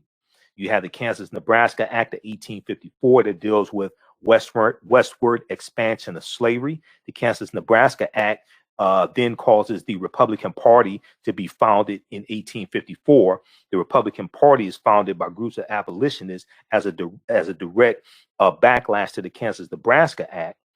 Then in 1860, November 1860, Abraham Lincoln becomes president-elect of the newly formed Republican Party, which was a counter to, at the time, the Democratic Party. December 20th, 1860, South Carolina secedes from the Union because they think Lincoln is going to free the slaves. South Carolina becomes the first state to secede from the Union.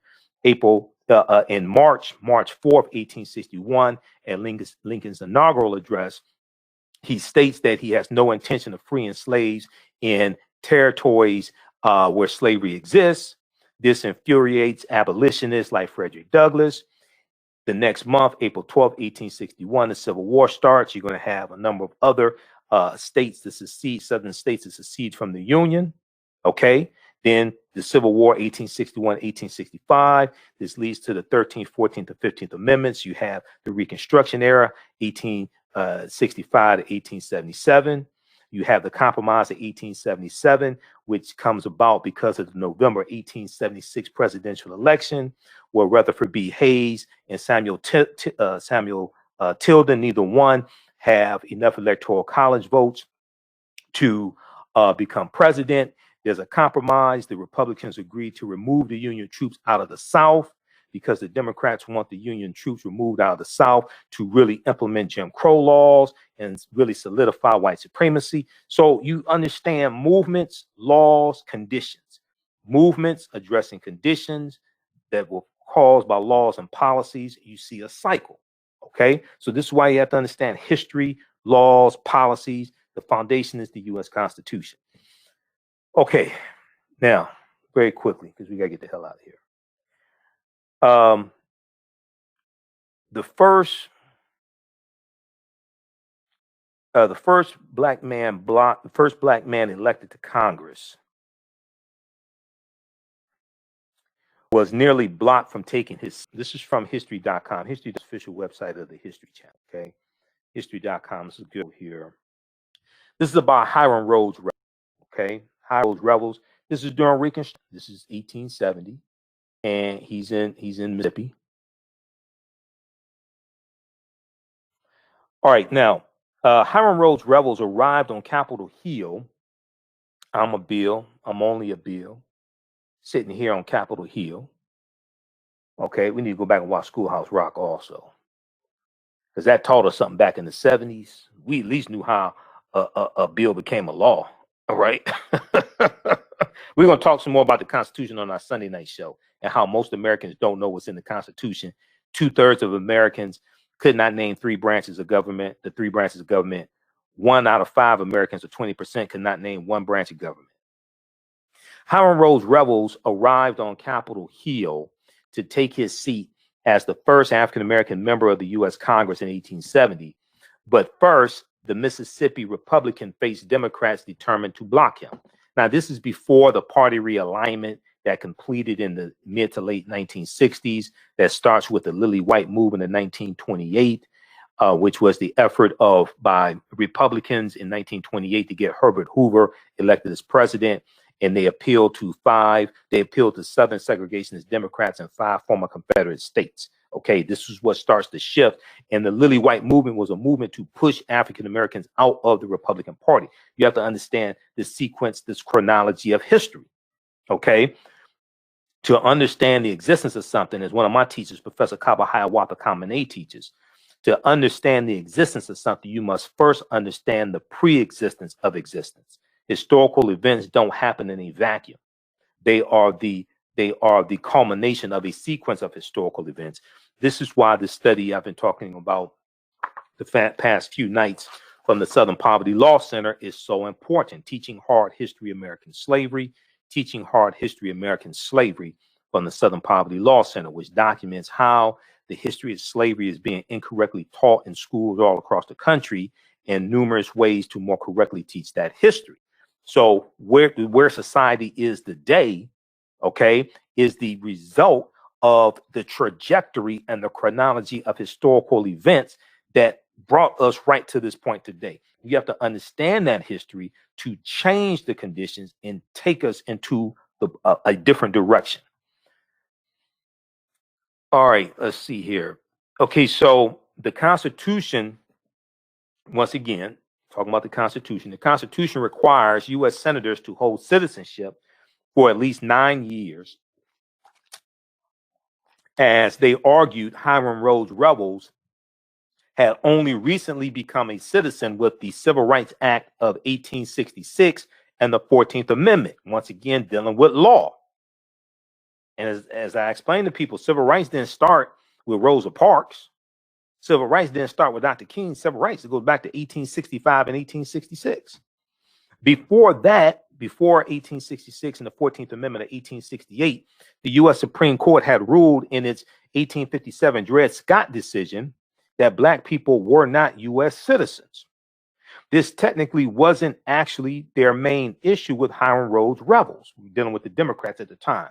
This technically was not their main issue with Hiram Rhodes Revels. At the time, the Democrats were the party of white Southern men, and they simply did not want any African-American men in Congress. In any case, their bad faith legal argument did not hold up. Hiram Rhodes Revels, fellow Republicans, argued he was born a free man in the United States and lived all his life and lived there all his life. Dred Scott was a bad decision that should have never been made, which the Civil Rights Act and 14th Amendment had sought to redress, the Civil Rights Act of 1866. This is what Republicans argued. The Civil Rights Act of 1866 and the 14th Amendment had sought to redress these issues pertaining to the Dred Scott case of 1857. Just because the law had only recently recognized African-American men's citizenship did not mean he was a quote-unquote new citizen.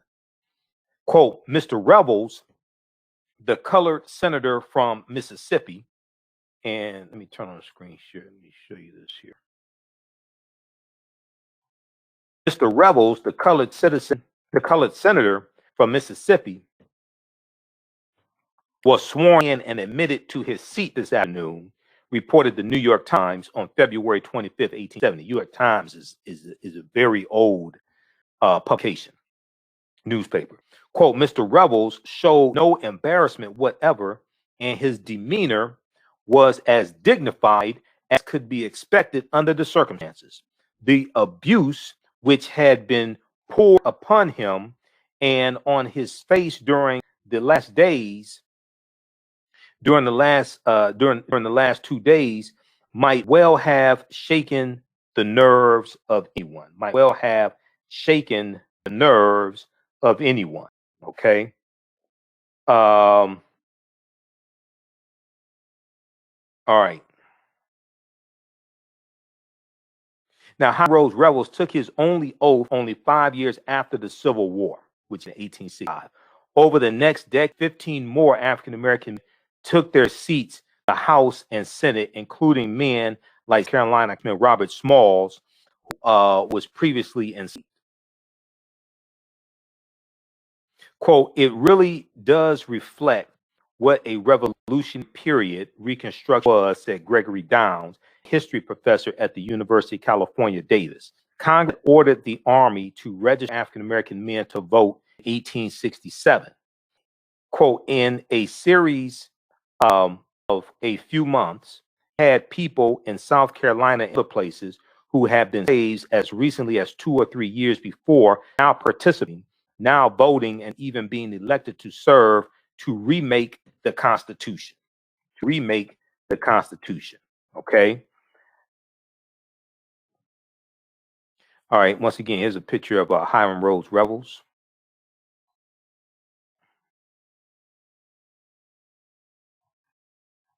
Now, the large population of formerly enslaved people meant that there were many more black voters in the South than the North. And actually, some northern states did not enfranchise African American men until after the southern states did so. African American men elected black representatives and white Republicans locally and at the state level, which led to representation at the federal level. But the people who had objected to Hiram Rhodes Revels joining the Senate were still mad, and it was only a matter of time before backlash struck.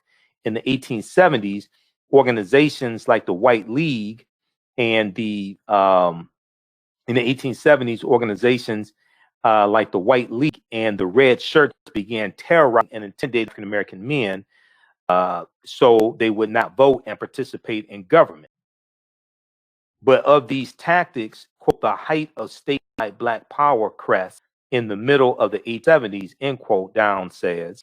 But what does remain in place from 1880 to the mid 1890s, an enormous amount of black political power centered in the regions where black people are a civil majority, end quote. All right. Okay, check out the rest of this article here. This is from history.com, official website of the History Channel. This is about Hiram Rhodes Revels, the first African-American U.S. senator. The first black man elected was nearly blocked from taking his seat. This is about little.com from August 10, 2018. All right, look, we have to get out of here. If you like this type of information, also, you can donate to the African History Network, $, the AHN Show through Cash App, $, the AHN Show through Cash App, or through PayPal, paypal.me/the AHN Show. All of our DVD lectures are available at our website, AfricanHistoryNetwork.com, and our digital downloads as well. We have the 8 DVD bundle pack, The Africans Who Were Here Before Columbus, The Africans Who Were Here Before Columbus. And then also,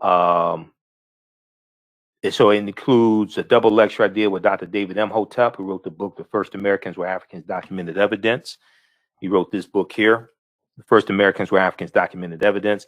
It includes a double lecture I did with Professor Kaba Hiawatha Kamene, who's in the Hidden Colors documentaries, and some other lectures in there also. Then we have Black Migrations, 1619 to 2019, Black Migrations, 1619 to 2019 is a 6 DVD bundle pack of mine, and it's in digital download format also. And I deal with that 400th year anniversary of August 20th, 1619. We deal with a lot of history in there. There's one dealing with 6 principles of political self-defense, understanding how laws and policies impact the economic conditions of African Americans. I deal with the Red Summer of 1919. So there's a lot in that bundle pack. Black Migration 1619 to 2019. All right, we have to get out of here. Remember, at the African History Network, we focus on educating, empowering, and inspiring people of African descent throughout the diaspora and around the world. Right now, it's correct wrong behavior. It's not over till we win. We'll talk to you Sunday night. Peace. With blackbusinesstee.com, the messages are clear and meaningful. Keep your business in the black and out of the red. Mind your black business. Know your numbers and plan strategically. Black Business Boss, lead your industry. Support black business, encourage, patronize, and uplift one another. Blackbusinesstee.com currently has products sold in Detroit, Atlanta, Chicago, and Los Angeles, with proceeds returned to the black community. They have a wide selection of hoodies, t-shirts, mugs, hats, sweatshirts that support black-owned businesses.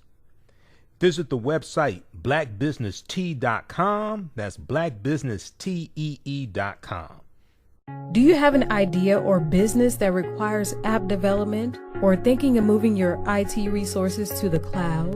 We have post-paid and profit-sharing plans for unique ideas or profitable businesses. Who can take advantage of this unique program? Entrepreneurs with unique ideas, startups, small to medium businesses. Contact us, 267-209-0352. Visit nomadicsystems.net, nomadicsystems.net today.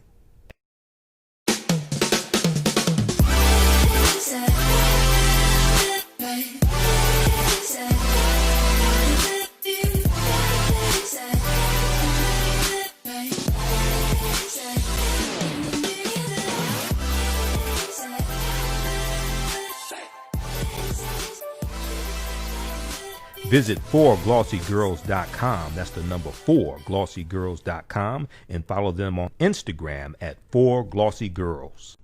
Soul Natural Beauty Products offer organic, plant-based skin and hair care products will rejuvenate skin and naturally grow thickened hair.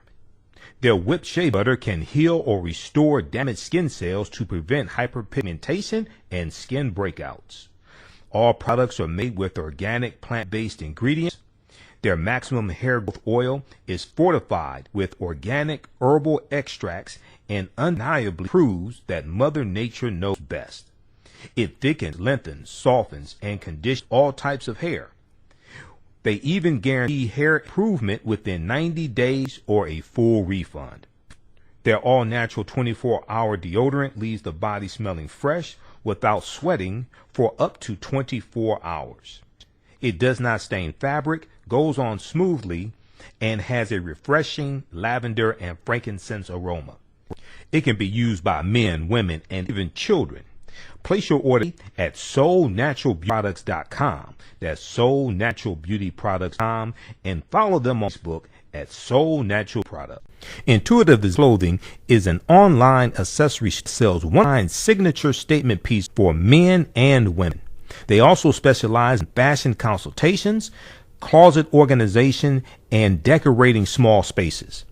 Are you looking for a statement piece for a special affair, or would you like to add some pieces to your ensemble of accessories? Looking for something different? Contact Cameron, owner and CEO of Intuitive Design Clothing. Visit their website, intuitivedesignClothing.com. That's intuitivedesignClothing.com, and you can email at info@intuitivedesign.com. Intuitive Design Clothing is where every